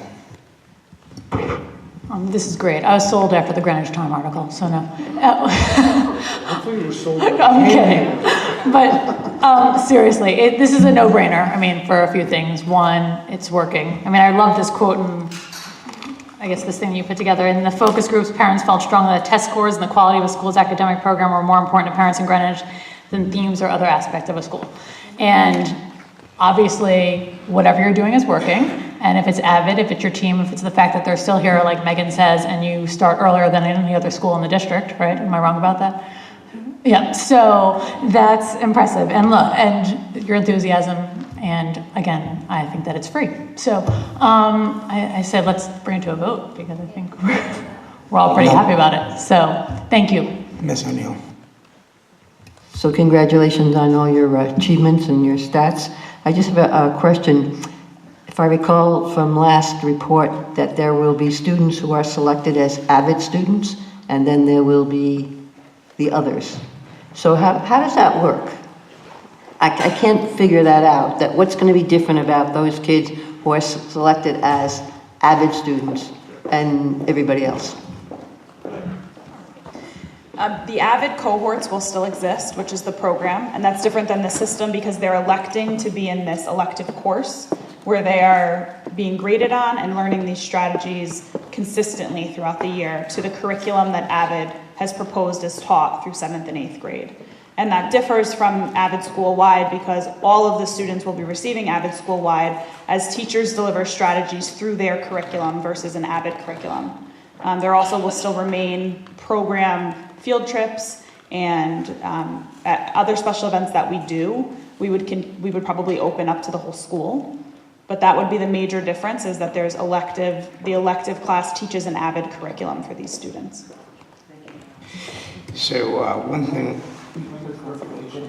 sure, go ahead, Mr. Chair. But the AVID, that traditional AVID program that the cohorts you continue to do, that had conditions in the old program. That's not going to have conditions going forward, is it? It will continue to have students who meet those criteria marks. For the elective? For the elective class, yes, but the entire student body gets the AVID system in terms of instruction and leadership, culture, exposure to colleges and careers.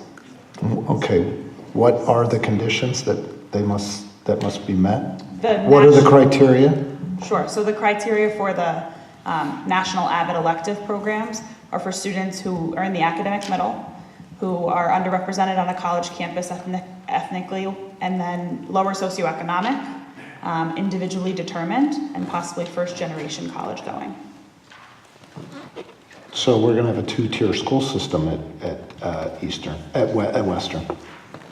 I'm sorry, I did not understand. I thought that when we went AVID school-wide, we were going to keep doing it, but we weren't going to say. I mean, say what it is. You have to be from a particular set of criteria to be admitted to that. That's a two-tier school. That's a school within a school. That's a separate. I'm sorry, guys, that's my fault. I didn't understand. I thought the whole idea was to go to AVID school-wide, which was to take what we have for that group of kids and then apply it. And if you wanted to keep going with the cohort, kids could opt into that, but it wouldn't be restricted. What you're telling me now is that by AVID requires that to be restricted. So just remind me again, let's be really specific on that criteria that you went through of what you have to do to get into the AVID elective. Well, you don't have to hit all 5 of the criteria. It's you have to hit at least one. There's certain profiles you look for, but it's first generation college, lower socioeconomic, underrepresented on a college campus. Underrepresented on college campus means what? Racially, ethnically. Okay, so it's there's a racial profile. But that's not the only criteria. That's one of the criteria. We have students who are not underrepresented on the college campus. Okay, so how can we implement this program and remove these biases? How can we do that? Is there a way to do that, Gordon? Could you make a decision to let anybody in and just say, I'm not going to look at race, I'm not going to look at economic status, I'm not going to look at that, I'm going to look at pure need of the child? Well, can I ask a question? Yes. We've had this AVID elective as essential as does high school with the same criteria. I know that. No, I know, but what's different now that same kind of tiered system, to use your terms, existed? Why the concern now if we go AVID school-wide versus not? Because now we're taking AVID. Now you're taking AVID and you're saying, oh, by the way, some of you can get this kind of AVID and some of you can get a more intensive AVID. And, that now I'm telling kids, oh, by the way, just by virtue of the color of your skin or your economic status, you can't get the same level of support for the school-wide program that we're talking about offering. To me, that it should be, I want to use AVID school-wide because the strategies work, which is what I think you presented. I think it's a nice program that fits well to a majority of your population because it grew out of being designed for a program of kids in a particular situation. That's great. Let's do that for more kids. But then at the same time, now we're going to have essentially, AVID elective is essentially a more intensive version of the school-wide program, but we're essentially saying, oh, because of the color of your skin or your economic status, that's not available to you. That bothers me a lot. So, Peter, can I ask you a question? So I'm trying to grapple with this. Okay, so if it's a voluntary program, take away the admissions criteria. It's a voluntary program. It's Innovation Lab. Do you have any problem with a more intensive AVID just without the criteria? So everybody gets AVID. There's a more intensive program you can opt into if you so choose. Do you have a problem with that? Yeah, Peter, here, let's deal with it in the real practical. I understand where you're trying to go, but here, let's deal with it in the real practical. What I'm saying is I have a kid, this is who's gonna get blocked from this. So what we're saying is, if you happen to be, you can't do Avid intensive, which is what it is, unless, if you're, one of your parents happened to go to, I don't even know what level of university they need to have, first generation. If they went to community college, you can't go in the program. Does that sound right to anybody? That bothers me. That's why I'm saying, can he tell me that he's going to say, of the 5 criteria, we're going to pick the ones that are not, that are skewed towards academic need. He said kids in the middle, so on and so forth. Can you make a decision in Greenwich to do Avid elective that removes the ones that are based on race, gender, income? Yes, but all those criteria will include other children. Individually determined, for example, they're opting into the program. So an individually determined child would be saying, I see these as good for me. I'm seeing this strategy as something that could help me advance my learning. I want to be a part of this. And so that is one of the, when we say these are the types of students who might look for Avid as an experience, that is one of them, and that encompasses all students if they want to be involved.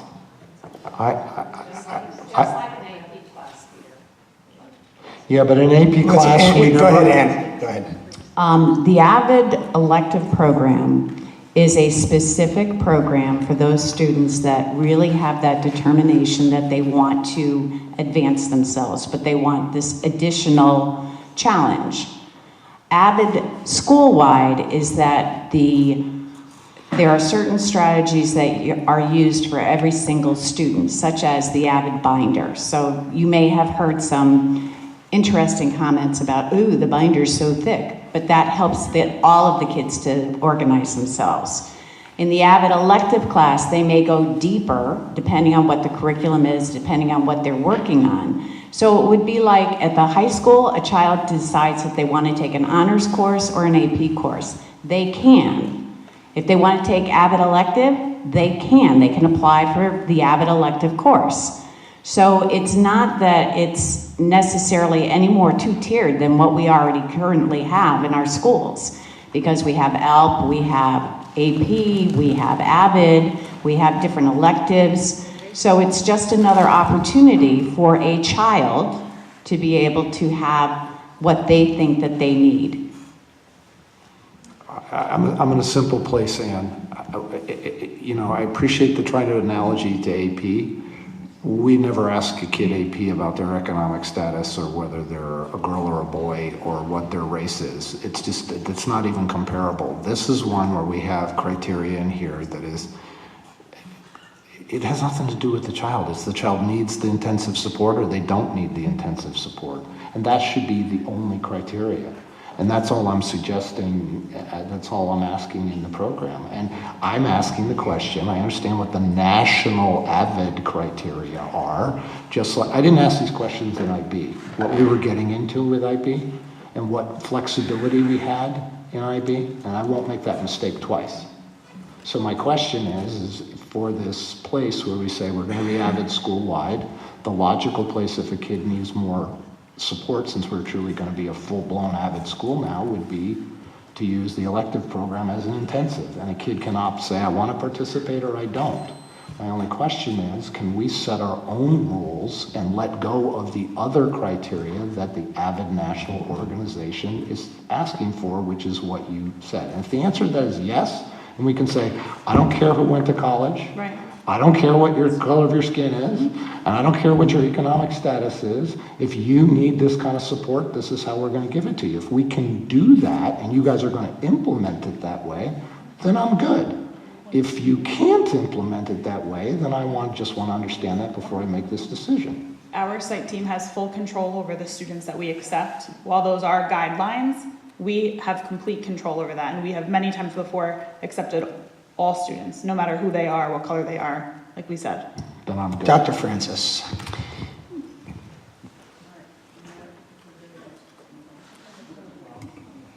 All right, Ms. Dayton has had her hand up for a while now. Ms. Tate. I understand why certain interventions are targeted for certain students. I think we should approach this like the ESOL program. Doesn't matter if your parents went to college or not. Doesn't matter what country your family's ancestry is. Doesn't matter when you arrived in the country. Doesn't matter how many siblings you have and what language proficiency they have. It doesn't matter what your future career plans are. Doesn't matter if you're a truant, whether you're failing a course or whether your GPA is 2.0 or 4.0.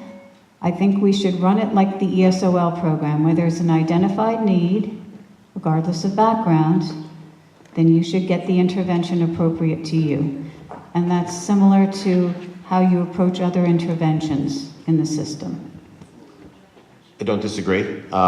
This is not an intervention, it's not a remediation course though. This is a course designed for students who otherwise would not have the exposure, the language at home and such.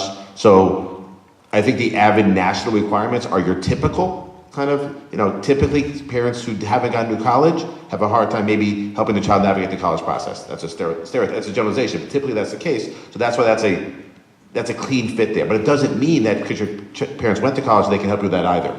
So we understand that as well. So there is flexibility to that, to Erin's point. We're gonna make it work for our school and for our kids. Lauren.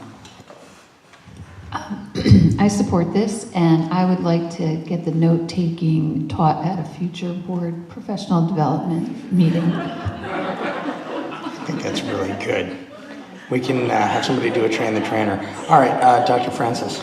I don't know, maybe it's because of my exposure through the Alliance, but I do think that a lot of these AVID kids who come from environments where college was not part of their parents' experience, for example, really benefit. I know the Alliance, for example, is working hard on mentoring for a lot of these AVID graduates to help them in terms of managing the college experience. So I do think that sometimes the family environment is also an important factor in understanding what kinds of supports a student needs. So I do think something like parents having been to college or not could be one factor in understanding the kinds of supports a student might need. So I would not get rid of that factor. So I love what you guys are doing. You've caught lightning in a bottle. You've made cultural change in your school. You've shown amazing student growth. You're a dedicated staff. It's wonderful. You might lose me if you drop the Washington trip. I'm going to tell you, it was one of the preeminent experiences in my life. There are great schools in Washington you can go and visit. I have degrees from 2 of them because I went to the Washington trip. We have a lot of colleges locally, so maybe you don't need to go so far from home. A lot of variety within Connecticut and even within a 10-mile span from where we are today. I guess I'm gonna have to ask the question because I don't know that there's a number associated with this yet. I know that it's work to develop the plan so that we can put it in the budget for next year, right? I mentioned it earlier. They're voting on our budget tonight, trains left the station on this. So I guess, do we have a sense of what that might look like just to piecemeal that in? And just the other thing I want to mention, I want you guys to remain a magnet. I want people to have the option of coming regardless of what happens with a theme or whatnot. I think you are starting to see success draws interest. It just does, and it should continue to do that. I don't know about the names. I think that's something you guys can further develop next year. But I am curious about what it's going to take to get to the end game. Yeah, our initial proposal had a $40,000 price tag on it. It's a combination of stipends for these ladies next to me, training, middle million supplies along those lines. And that was in the last packet. Right, but beyond that, to actually implement it, I'm sure there's fees for the program. They are. They already paid those fees already as being the AVID elective. It's not increased because we're AVID school-wide. I actually expect the $40,000 to drop over time because as we train the staff, it's mostly training. As we train the staff and they don't turn over. And no need for additional staff. We can live within our means and all that good stuff. I'm sorry? There'd be no need for additional staff, or you are? No, we're funding the, you guys already fund the AVID elective as is. There's no additional funding. One thing we did put in there as an exploration topic, based on Ms. Dayton's comment, was do we need to look at building for our elective classes Because right now we're kind of tapped out if we want to add more elective options for kids, but that's not currently in our budget. Yeah, I guess what concerns me is the cover sheet, the proposed motion is to just go ahead and accept your plans. But it seems like there's more work to do, so I don't think, we've got no motion on the table. I'm gonna throw one out there and see if it works. So I would move that the development of a AVID school-wide program for Western Middle School continue with the thought of implementing it in the 2020-2021 school year. Is there a second for that? Dr. Francis?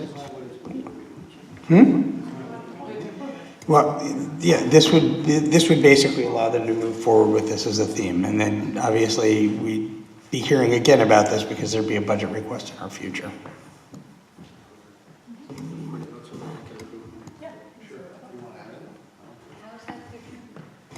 Well, basically, if we, yes, it's being very explicit about it, because if we accept their plan to become an AVID school, we're committing ourselves to an unknown. We don't know what the time frame is. We don't know what the cost is.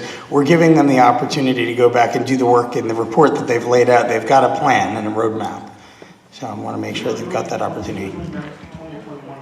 Yeah, the paper we submitted last meeting had an outline of a plan and had a budget. And it has a kind of a 5-year plan starting in 2020, 2021. We're gonna do what we can do now without the budget. We'll borrow from Peter to pay Paul to keep this thing moving right now. And then we'll look for you guys to fund it going forward. Okay, so the motion's on the table. There was a second from Dr. Francis. Discussion, Ms. Wilson? Oh, all right, any other discussion? All right, all those in favor? All right, so it passes 8-0. Congratulations. Right. You made a motion to add to change it, right? No, this was the motion. There was no motion on the table. That's the motion. But we look forward to hearing from you again about this and the continued success at Western Middle School. Thank you, team.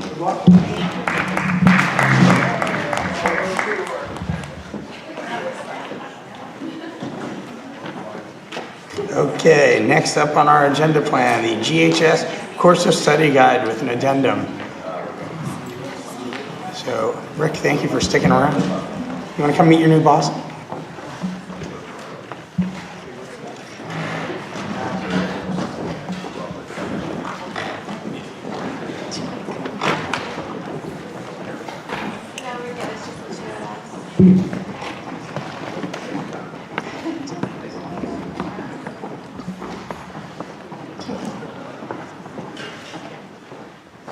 So before you is the course of study guide as presented previously. There is a recommendation on the cover sheet to accept with the elimination of those 4 courses.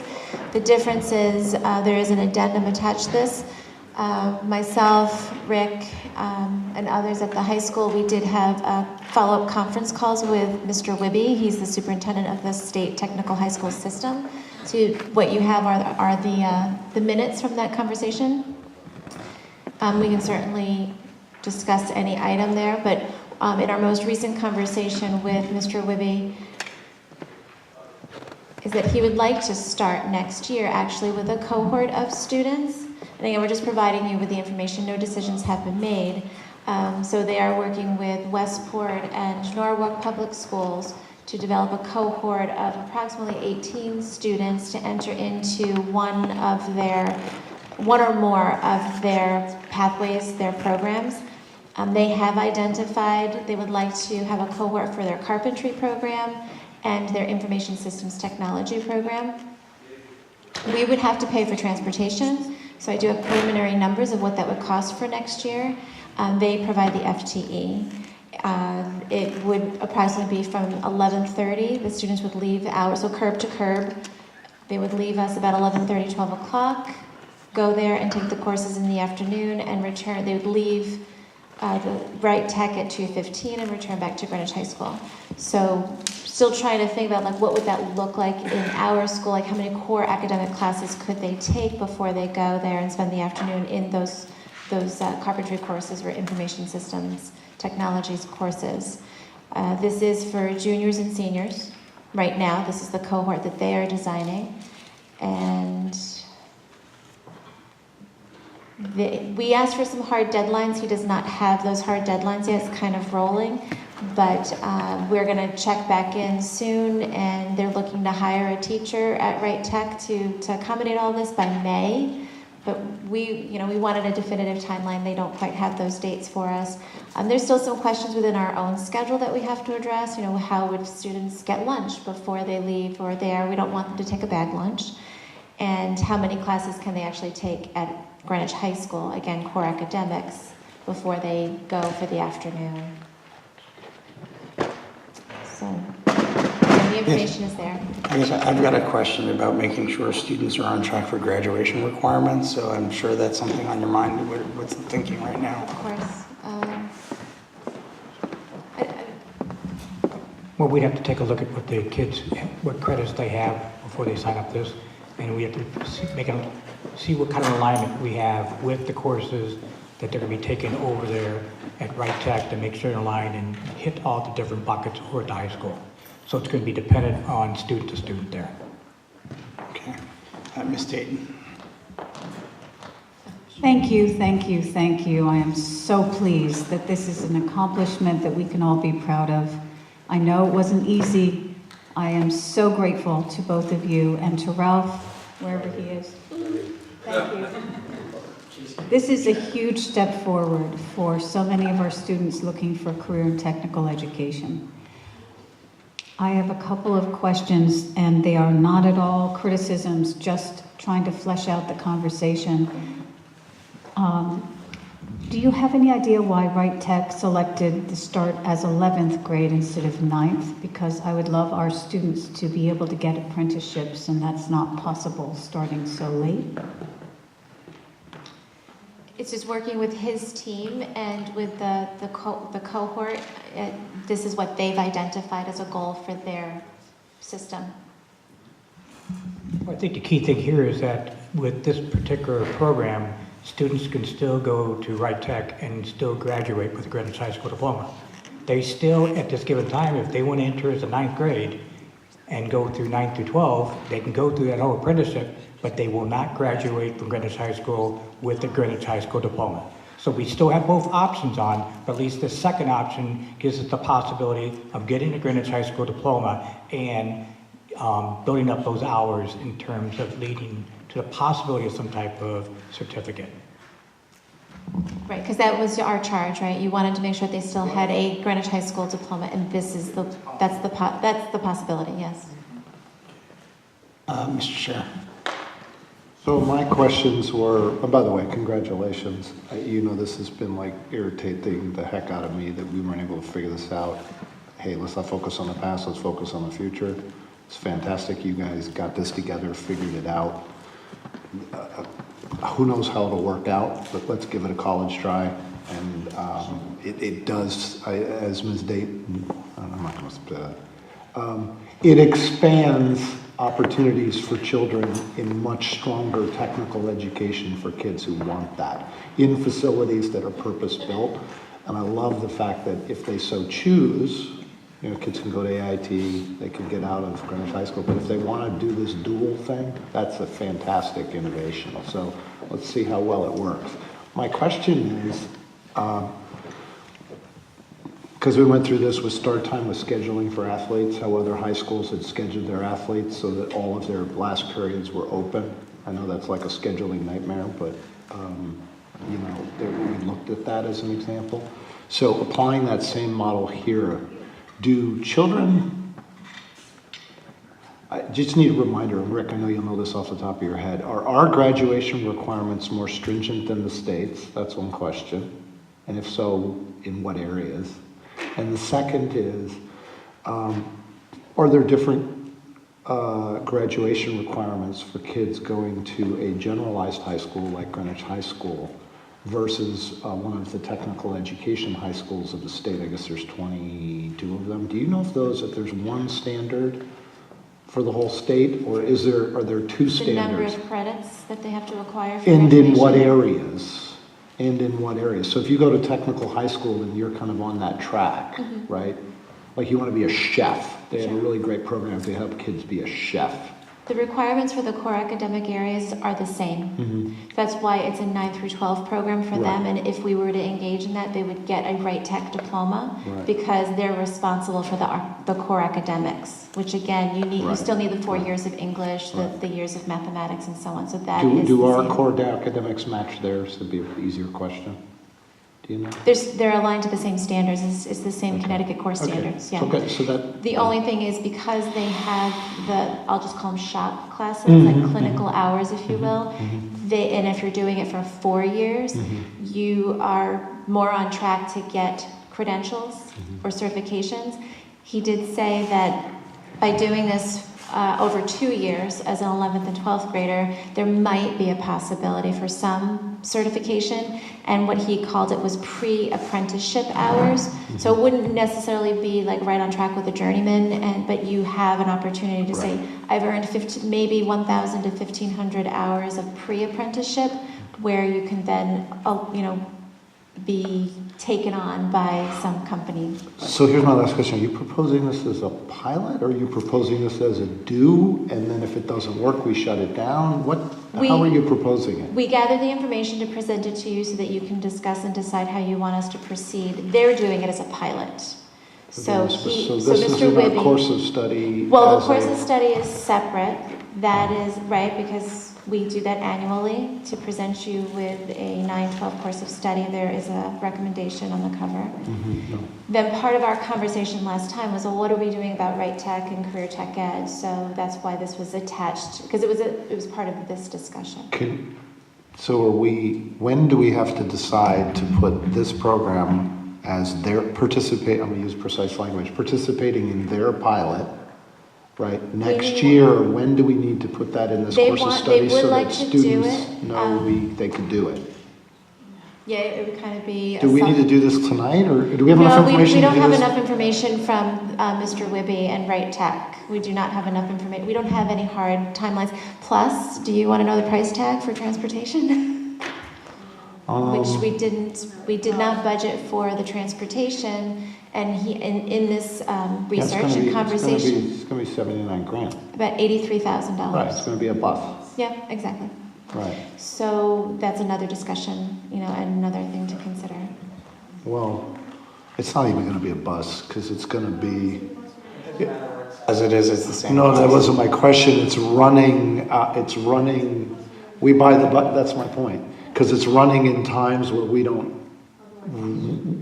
If we have to add another one because it's running at the same time, and it has to be in the schedule, then we have to buy another bus. But I don't know what other restrictions are in that busing contract that says they only allowed to run 3 runs or 2.5 or whatever the heck that number is. You need to get more information about that. Right, so I just wanted to at least have some preliminary information. It's a high water mark of 83,000. Right, so from curb to curb, from Greenwich High School to Right Tech and then coming back, if we had one bus, that's what the cost would be. But again, like you said, if it was within what. You got some work to find out. Right. Okay. But we don't have hard dates. He's still working with his own board to finalize all the details. So I guess the idea that would be a TBD, right? Well, my last point is just, I guess back to the board is, I'd love to embrace this with enthusiasm if others are in the same place, and it means speed of execution. So it means make a decision soon because they're running on a clock and they need to probably tell Right Tech. So I don't know when that is, but the faster we can go, I'd love to see this again. Well, just process-wise, let me make sure I understand. When Right Tech is got something concrete, you'll come back to us. Absolutely. We could act on it at that point. Right, and I think we're already looking at what profile of a student would we look at. So there's actually kind of 4 filters, if you will. So we'd be looking at students that in 9th and 10th grade have taken some sort of CTE course that would like to progress all the way through. So that could be one. And certainly those that of need, that haven't accessed that and might like this opportunity. So that's more work that we would have to do of who would be those students that would participate in this cohort. Ms. Dayton. I've been working hard on shared services as a state, as school districts are compelled to save money. And there's no question, no matter what district you're in, you have to start finding efficiencies. I would like to suggest that we belong to CES for a reason, and one of their services is transportation. It doesn't have to be connected to any of their programs. That's one of their core strengths. I'm on the rep council. If you want any help, let me know. I really believe that we have to have a bilateral arrangement with Stanford to make this work on the transportation only, or through CES. But it's ridiculous for each school district to proceed as if they are alone in the world. This is a group project in my view. So if we can't get the Perkins grant, let me know how I can help to work this out. The Perkins grant, as you know, is an annual thing, and we always submit our intent to apply. So that's a given if the funds remain the same. We did talk about working with the local RESC, but again, it's also dependent upon Westport and Norwalk participating in this program. Westport, he's going to follow up because they have some substantial changes going on there. So again, it's ongoing conversations. We made a commitment to follow up with him in the next couple of weeks. So as we continue to talk, we learn something new because he's working with his own board and leadership team. All right, does somebody want to move to accept the course of study guide as amended? Or you have more questions on, go ahead, Dr. Francis. All right. My one comment, which is a little out of left field and a little in the weeds, I'm sorry. But I've been looking at this course of study guide for many, many years, and I still have a hard time finding it on the web page. Can we put links to it in more places? Because I always look for it under guidance, and I'm like, that's not where it is, and I look for it somewhere else. I just feel like, this is like, better than some colleges. And not only is it useful, I think, for everybody to be able to find it, but it's great advertisement. So there's lots of places you should be able to find it. Right, so it is actually on the homepage under academics and teaching and learning. It is linked for every program area as you get to 9-12, so there's that, and then at the high school level too, but we can find more areas. Yeah, at the high school, maybe put it under the guidance section too, because I don't know why, that's why I always go to look for it. Does somebody want to move the acceptance of the course of study guide as amended? Ms. Rabin, thank you. Is there a second to move? Ms. O'Neill. All right, all those in favor of accepting the course of study guide as amended? 7-0. Ms. Olson probably looking for snacks or something. All right, very good. Thank you. Next item on the agenda is the other part of the 9311 policies. Dr. Francis. I move that we accept the second read policies.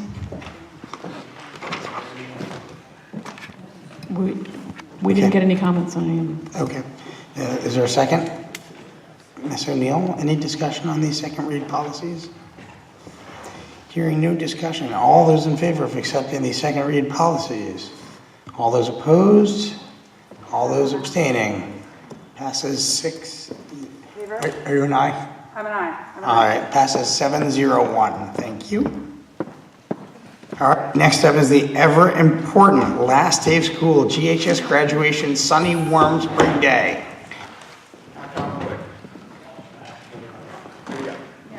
So, I put together a memo for you all on, forgot about that. I put together a memo for everyone on the last day of school for both students and staff, as well as for the Greenwich High School graduation. So it's right there. If you want me to go through it, I can. If you have questions, just, but it's pretty simple. We took into account that we lost 5 days at COSCOP, so those days are in there. We lost the 1 day for students at New Lab, but the teachers didn't lose a day. They worked that day. So that's the kind of stuff that's in here. And graduation would be on Flag Day, June 14th. It would also be the last day for grade 6. All right. There's like a slight conflict, I think. Bob Mata's retiring party is that exact day. So I just want to, June 14th, 5 to 9. So Bob Mata is retiring from New Lab, like 42 years in district, and that's June 14th. It's, so I know that it happens to be my birthday, so that's why I know June 14th stuck in my mind. But, so that's the same night, so I think we just have to, I think that was an oversight. Maybe they can move the party. That's what I'm saying, maybe they can move it, not graduation. And we did, I did have extensive conversations with the interim headmaster about picking a day, and he thought the 14th. He thought the 14th would be the best day. No, I'm just saying, I just want to make sure you know that. I did talk to him. These two are fighting over the parking space at the high school. All right, do we have a motion to accept the last day of school at graduation? We can still have discussion. I'm moving to accept the last day and graduation. All right, is there a second? Ms. Rabin, fast hand. Any other discussion? All those in favor, signify by saying aye. All right, 8-0. Friday night is the Sabbath, so if we have graduation at 5 o'clock, perhaps, none of us thought of that until right now.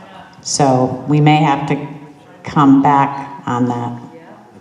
On the time, I think the date is probably fine. We'll see what time the sun sets. See if we can do it at a different time. It's usually 6 o'clock. It's usually done when the sun is still up.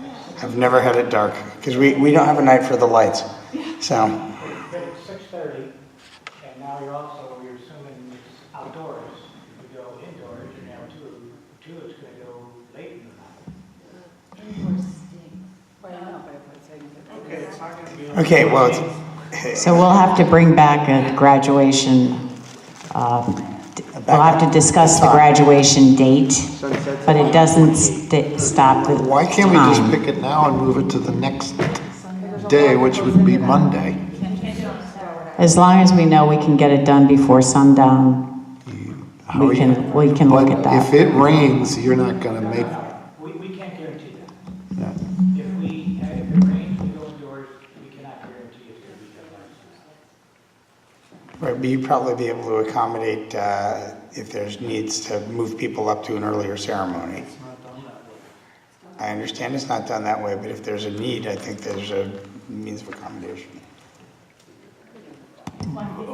With all due respect, I mean, I'm not of this particular religious persuasion, but one of the hallmarks of Greenwich Public Schools is we have always organized our calendar to show the most deference we can show to people's particular religious persuasions. I understand it, and I understand. I'd love to have this on the 14th personally. I actually have a kid graduating, but at the same time, that's not what this is about. We need to be really thoughtful about this. We can't do the 14th, our 17th was our second option.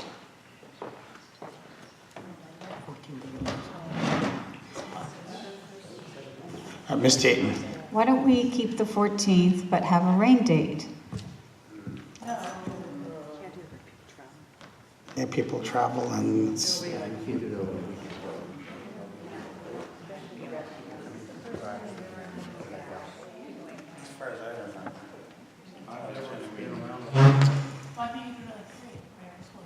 Well, I don't think the concern is doing it early enough because it's always light out when we complete it. The issue is if it's inclement weather. Right, they have to squeeze everybody into the pack.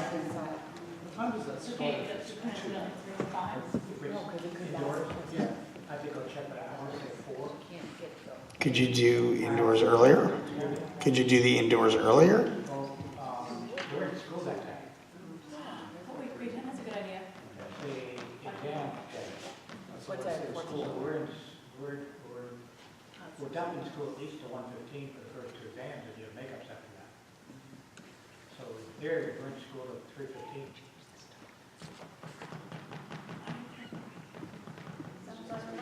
Sunsets at 8:30, 8:28. Right, it's the inclement weather that seems to be the challenge. Of course, we don't have inclement weather on graduation in Greenwich, but. And Keatana, do you have a proposal? How long does the ceremony take indoors? Don't try to manage that. I have to go, we haven't had one like that in 14 years, so. We had it in I have no idea. 2008. It takes a really long time. Because you have to get the families to get out. You gotta get them in and out, that's the problem. Yeah. That's the biggest challenge there. We were 2 hours late for breast. Oh, you're from this ball. Oh, yeah. Ms. Tatum. Would the superintendent like to make an amendment? I can't, but Monday. Okay, so I'll propose an amendment to move it to Monday, June 17th, Is there a which second? is my birthday.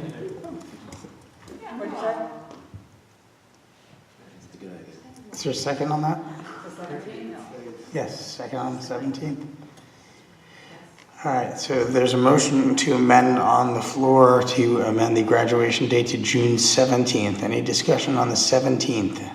Ann, are you checking religious calendars? We're okay. There's any moms in Because they run the railroad. Yes, no? The 17th? Speak up now. PTA, speak up now. Can we do the 13th? No. No, because after the insert.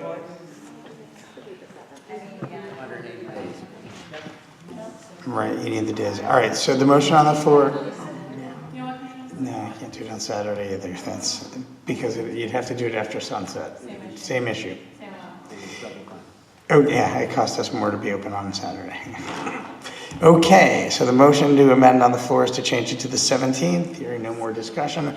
All those in favor of amending to the 17th? All right, 7. All those opposed? All those abstaining? So 701, it passes. So now the motion is to accept. Trust me, I hear you. Okay. So now the motion is to accept the last day of school and the graduation as amended to the 17th. If there's no further discussion, all those in favor? All those in favor? No, that we accepted the motion to amend for the 17th. Is there a motion on the table? All right, so all those in favor of accepting the last day of school and the graduation, 7. All those abstaining? All those opposed? All those abstaining. So it passes 701. Thank you very much. So the graduation is now Monday, June 17th. Fantastic. Thank you, Rick.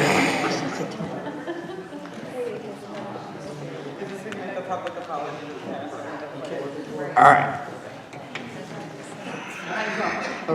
Okay, very good. We're done by sunset. That's why I didn't think it was an issue. We're done by sunset. I don't think about rain. It doesn't rain in Greenwich. Okay, very good. With that, the next item on the agenda is the budget transfers. Ms. O'Donnell.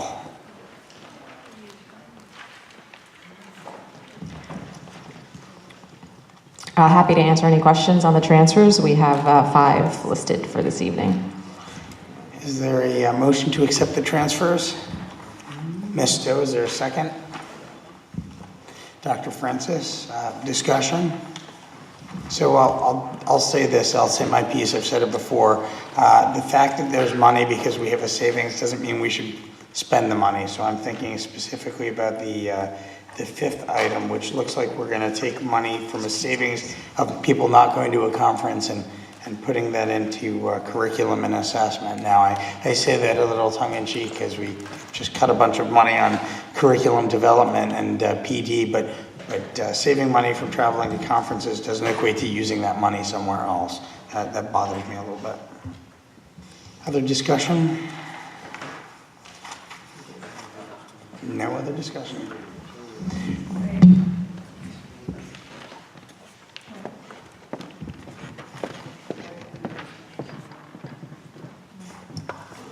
Mr. Chair.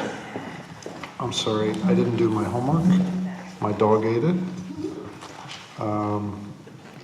What is especially prior year expenditure? There was an expenditure made by a parent, I believe, through a settlement that they didn't claim until after the fiscal year had ended. So we had to put money into 297, which is prior year expenditures, to reimburse that parent.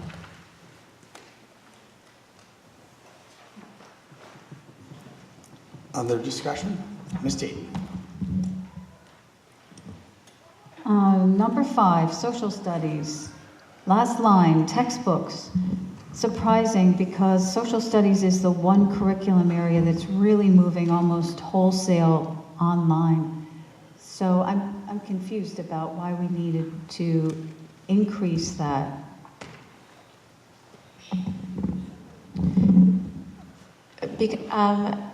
Well, textbooks are textbooks, whether they're digital or not, digital or physical. But I know we are moving to more online resources because they update annually on their own. We don't have to, you know what I mean? Their life cycle, their lifespan or shelf life is actually longer. So we've been moving more towards the online resources. Irene, is that a new resource or is that a replacement?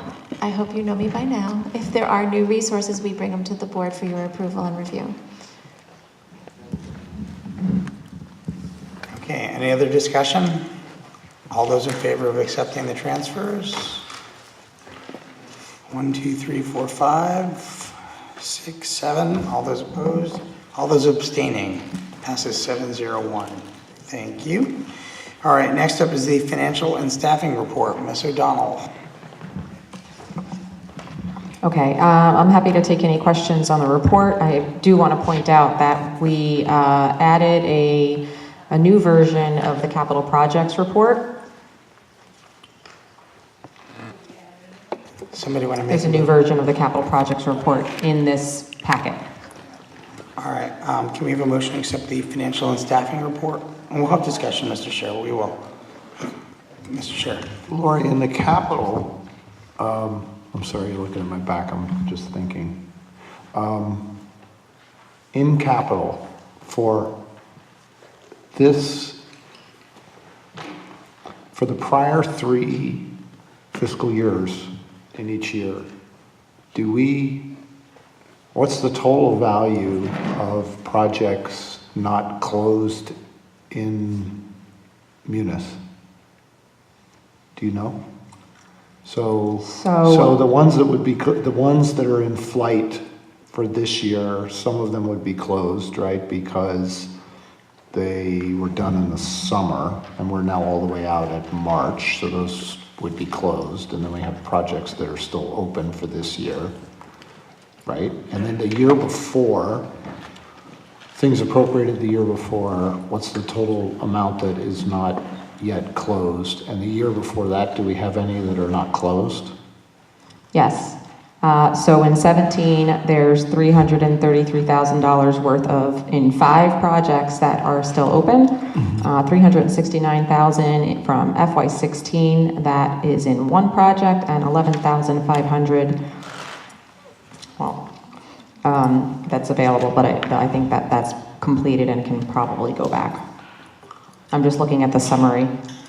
Yeah, and the reason I'm asking the question is I never know what the summary says. I'm asking the specific question of closed in Munis. Oh, I'm sorry. Okay. Whether it's actually closed in Munis. Well, the reason is that, you know, other parts of town government, they report off of Munis. So they'll come to us and they'll say, well, this value of projects is not closed. Okay. Right. So they're looking at one number and I'm trying to get the different, to understand. So, you know, it's easier if we're all looking at the same data set. So this should be the same data set now. This should be, what you're looking at here is exactly what the BET would be looking at. They use Microsoft Access, and this report ties to Microsoft Access. So they have, so there's 300,000 in the prior year and 300,000 in the year before that, and that's it? Well, roughly. No, well then we have FY18, which is 3.7 that's open. 3.7 from 18, so that's last year. I see. It's mostly Western Middle School soil project. Okay. Okay. Thank you, Ms. Raven. I just have a question on the school lunch fund. Now that we're understanding the number of kids that are qualifying for free and reduced lunch, we're expecting receipts still projected that seem to be higher than year-to-date. Is it just the cadence of when the reimbursements come in, or do we really think we're going to get that much more in reimbursements if we're not feeding 20% that qualify?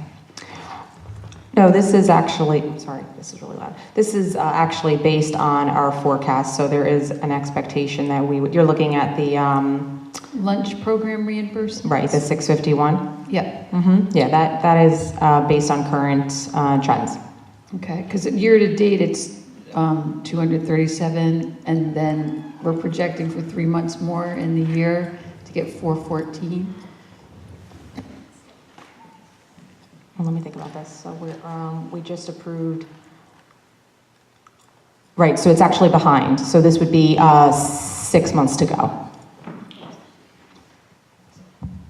Ms. Dayton. I'm looking at the Exhibit 5 Education Grants page. We were just talking about how important the Carl Perkins grant might be to us to implement Right Tech. And I note that year-to-date receipts are 0, encumbrances are 0, expenses are 0. But we've been working with the State Department. Their approval process is a 5-step process, so I actually just spoke with the program manager. There's been a glitch in their system, but they assure us the funds are coming, that we just haven't been able to draw them down yet. Would there be other urgent uses for those funds within our system? You have to provide the intent of how you're going to spend those funds aligned with their, what do they call them? Continuous improvement program goals. So you cannot you have to intentionally identify how they're going to be spent according to the Perkins authorization. That doesn't worry me, but can we use those funds for Right Tech transportation without harming any existing uses of the Not right now with the way it's funded, because again, the intent was last year for programming of this year. So in doing our intent for next year, yes, there's a possibility, but with, I'm guessing that our entitlement would be similar, $75,000 to $85,000, which we'd have to, I don't know if they would approve it all for transportation to a technical high school system. They may not approve that, but they would approve a portion of it, but we can certainly write that into the grant. Ms. Stowe.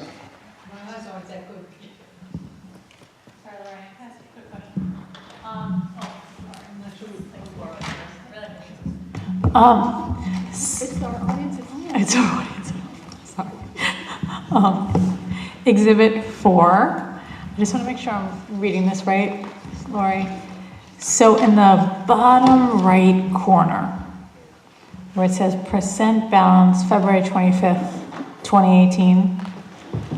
I think it's supposed to be 2019, am I right about that? I think you're right. When we had an error when it first got released that the whole right-hand column said 19, and we changed it to 18, and it looks like we may have went all the way down. Okay, So, that's fine. Yeah. But so then it's good because it made me ask a question, which is, so the personnel services, then at February 25th, 2019, is 38.5% remaining, right?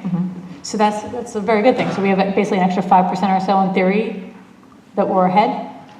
Would that be the right way to look at it? Because in theory, we could be down to like 33% at this point in the year. Is that how I should be looking at it? I'm sorry, what are you comparing to 38.5 to? So basically, you have 33% left in your year. Is that how I should be looking at this particular section? Yes. So in theory, you're like tracking well. Would that be fair in the biggest portion of your Right, so, expenditures? okay, so I actually would use the data above it. Okay. Where you're comparing last year to this year. So we are behind where we were last year in terms of dollars available. You would want it to be, you would want to have a little bit more. So like point me, where would you be looking, where you get confident? Where it says, so right above description, right above that summary section, the bottom subtotal I'm looking at of the... It's like 33.8 versus 34.5. Yes. that's where you sort of rely on a little bit more, because then you're bringing together everything. Yeah. But see, then why would that, okay, I have to do a little more analysis, because wouldn't this doesn't make any sense to me, why the biggest portion of it would be 5% difference. Okay, I'm gonna focus on this a little bit, because I'm not sure why the dominant. Okay, not at 10 o'clock, but I'm gonna look at this. Okay, thank you. So Lori, thank you for Exhibit 7, and to you and Dan for all of the work you've done to close out the prior year projects. We've come a long way since the first chart you've shown us, and I know you guys have dug deep to get to this point, so thank you for that. I guess the sooner we can close out 14, 15, 16, the better, I think. We really shouldn't be seeing arrears like that down the road. I know we're getting to that place. And I guess I'll say the one positive from going to the BET budget workshop yesterday was understanding that they are going to probably insert money into the budget for some of the work that we heard about in our joint meeting with the BET less than a month ago. Now, of course, I have no idea what happened over at Town Hall tonight, and I understand they're still going, and they probably aren't even to Cardinal Stadium yet. So, if you're a real junkie and don't want to sleep, feel free to go on over. All right, any other discussion on the financial and staffing report? All right, I think we have a motion on the table, is that correct? No motion, all right. Do we have a motion to accept the financial and staffing report? Somebody? Ms. Raven, is there a second? Ms. Stowe, all those in favor of accepting the financial and staffing report? 8-0, thank you very much. All right, leaving us with our last action item, the newly added strategic plan metrics. So, Mr. Scher. I move that the board accept the strategic plan metrics targets listed in column 4 of the attached report. Is there a second? Ms. Raven, discussion. Hearing none. By the way, Mr. Scher. I traded surreptitious messages over here with the staff, and they tell me that the items listed in that column are the same ones that we saw on the 14th. And thank you to staff for doing that on the fly. The only thing they did separately that's different than what we may have seen on the 14th, but I didn't think it was important, was the last one, student satisfaction. You might recognize that they've made 2 markers, one for elementary, one for secondary. I think it's de minimis, but so that's why I made the motion to take these as they presented them. All right, any other discussion? Dr. Francis. As looking back to see if I could compare them to the information we had gotten at the last meeting, and it's not posted. So if we could get that and Jen Lau's stuff posted for that last meeting, that would be great. We called up the 221 document at that last meeting to look at them. No, she presented 2 documents in the last meeting, and they handed them out. We just need to get the ones they handed out in the meeting posted. Yes, that would also be posted. But I believe the targets that she took, we just pulled up the 221 document, which we can repost that. That's fine. Okay, if there's no other discussion, all those in favor of accepting the strategic plan metrics, Mr. Scher, ready to vote yes? Or you want to discuss? We're ready to vote. All those in favor of accepting the motion? All those opposed? All those abstaining? So okay, 701, state and abstaining, thank you. All right, we're to agenda planning. So it looks like we're gonna add food services to April. Ms. Raven's going to get us a written document. If you can get her your thoughts, comments, questions as early as possible so that they can deal with that at the next food services committee. Right Tech will be a TBD. Ms. Parisi will let us know when she's got something to tell us. Anything else we need to add to the agenda? Ms. O'Neill. Thought I read that tonight we were supposed to have non-renewals and the pilot update.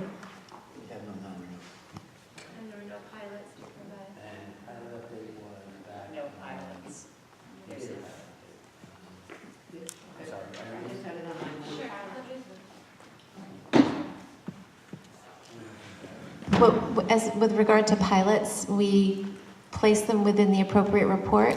So for Library Learning Commons and Advanced Science, that was in the STEM report and Library Media Services report previously. And there were none within Humanities because 113A and Innovation Lab were already adopted as part of our course of studies last year. Okay, anything else for agenda plan? Hearing none, Dr. Francis. I move to adjourn. I'll second that motion. All those in favor of adjourning? We are adjourned.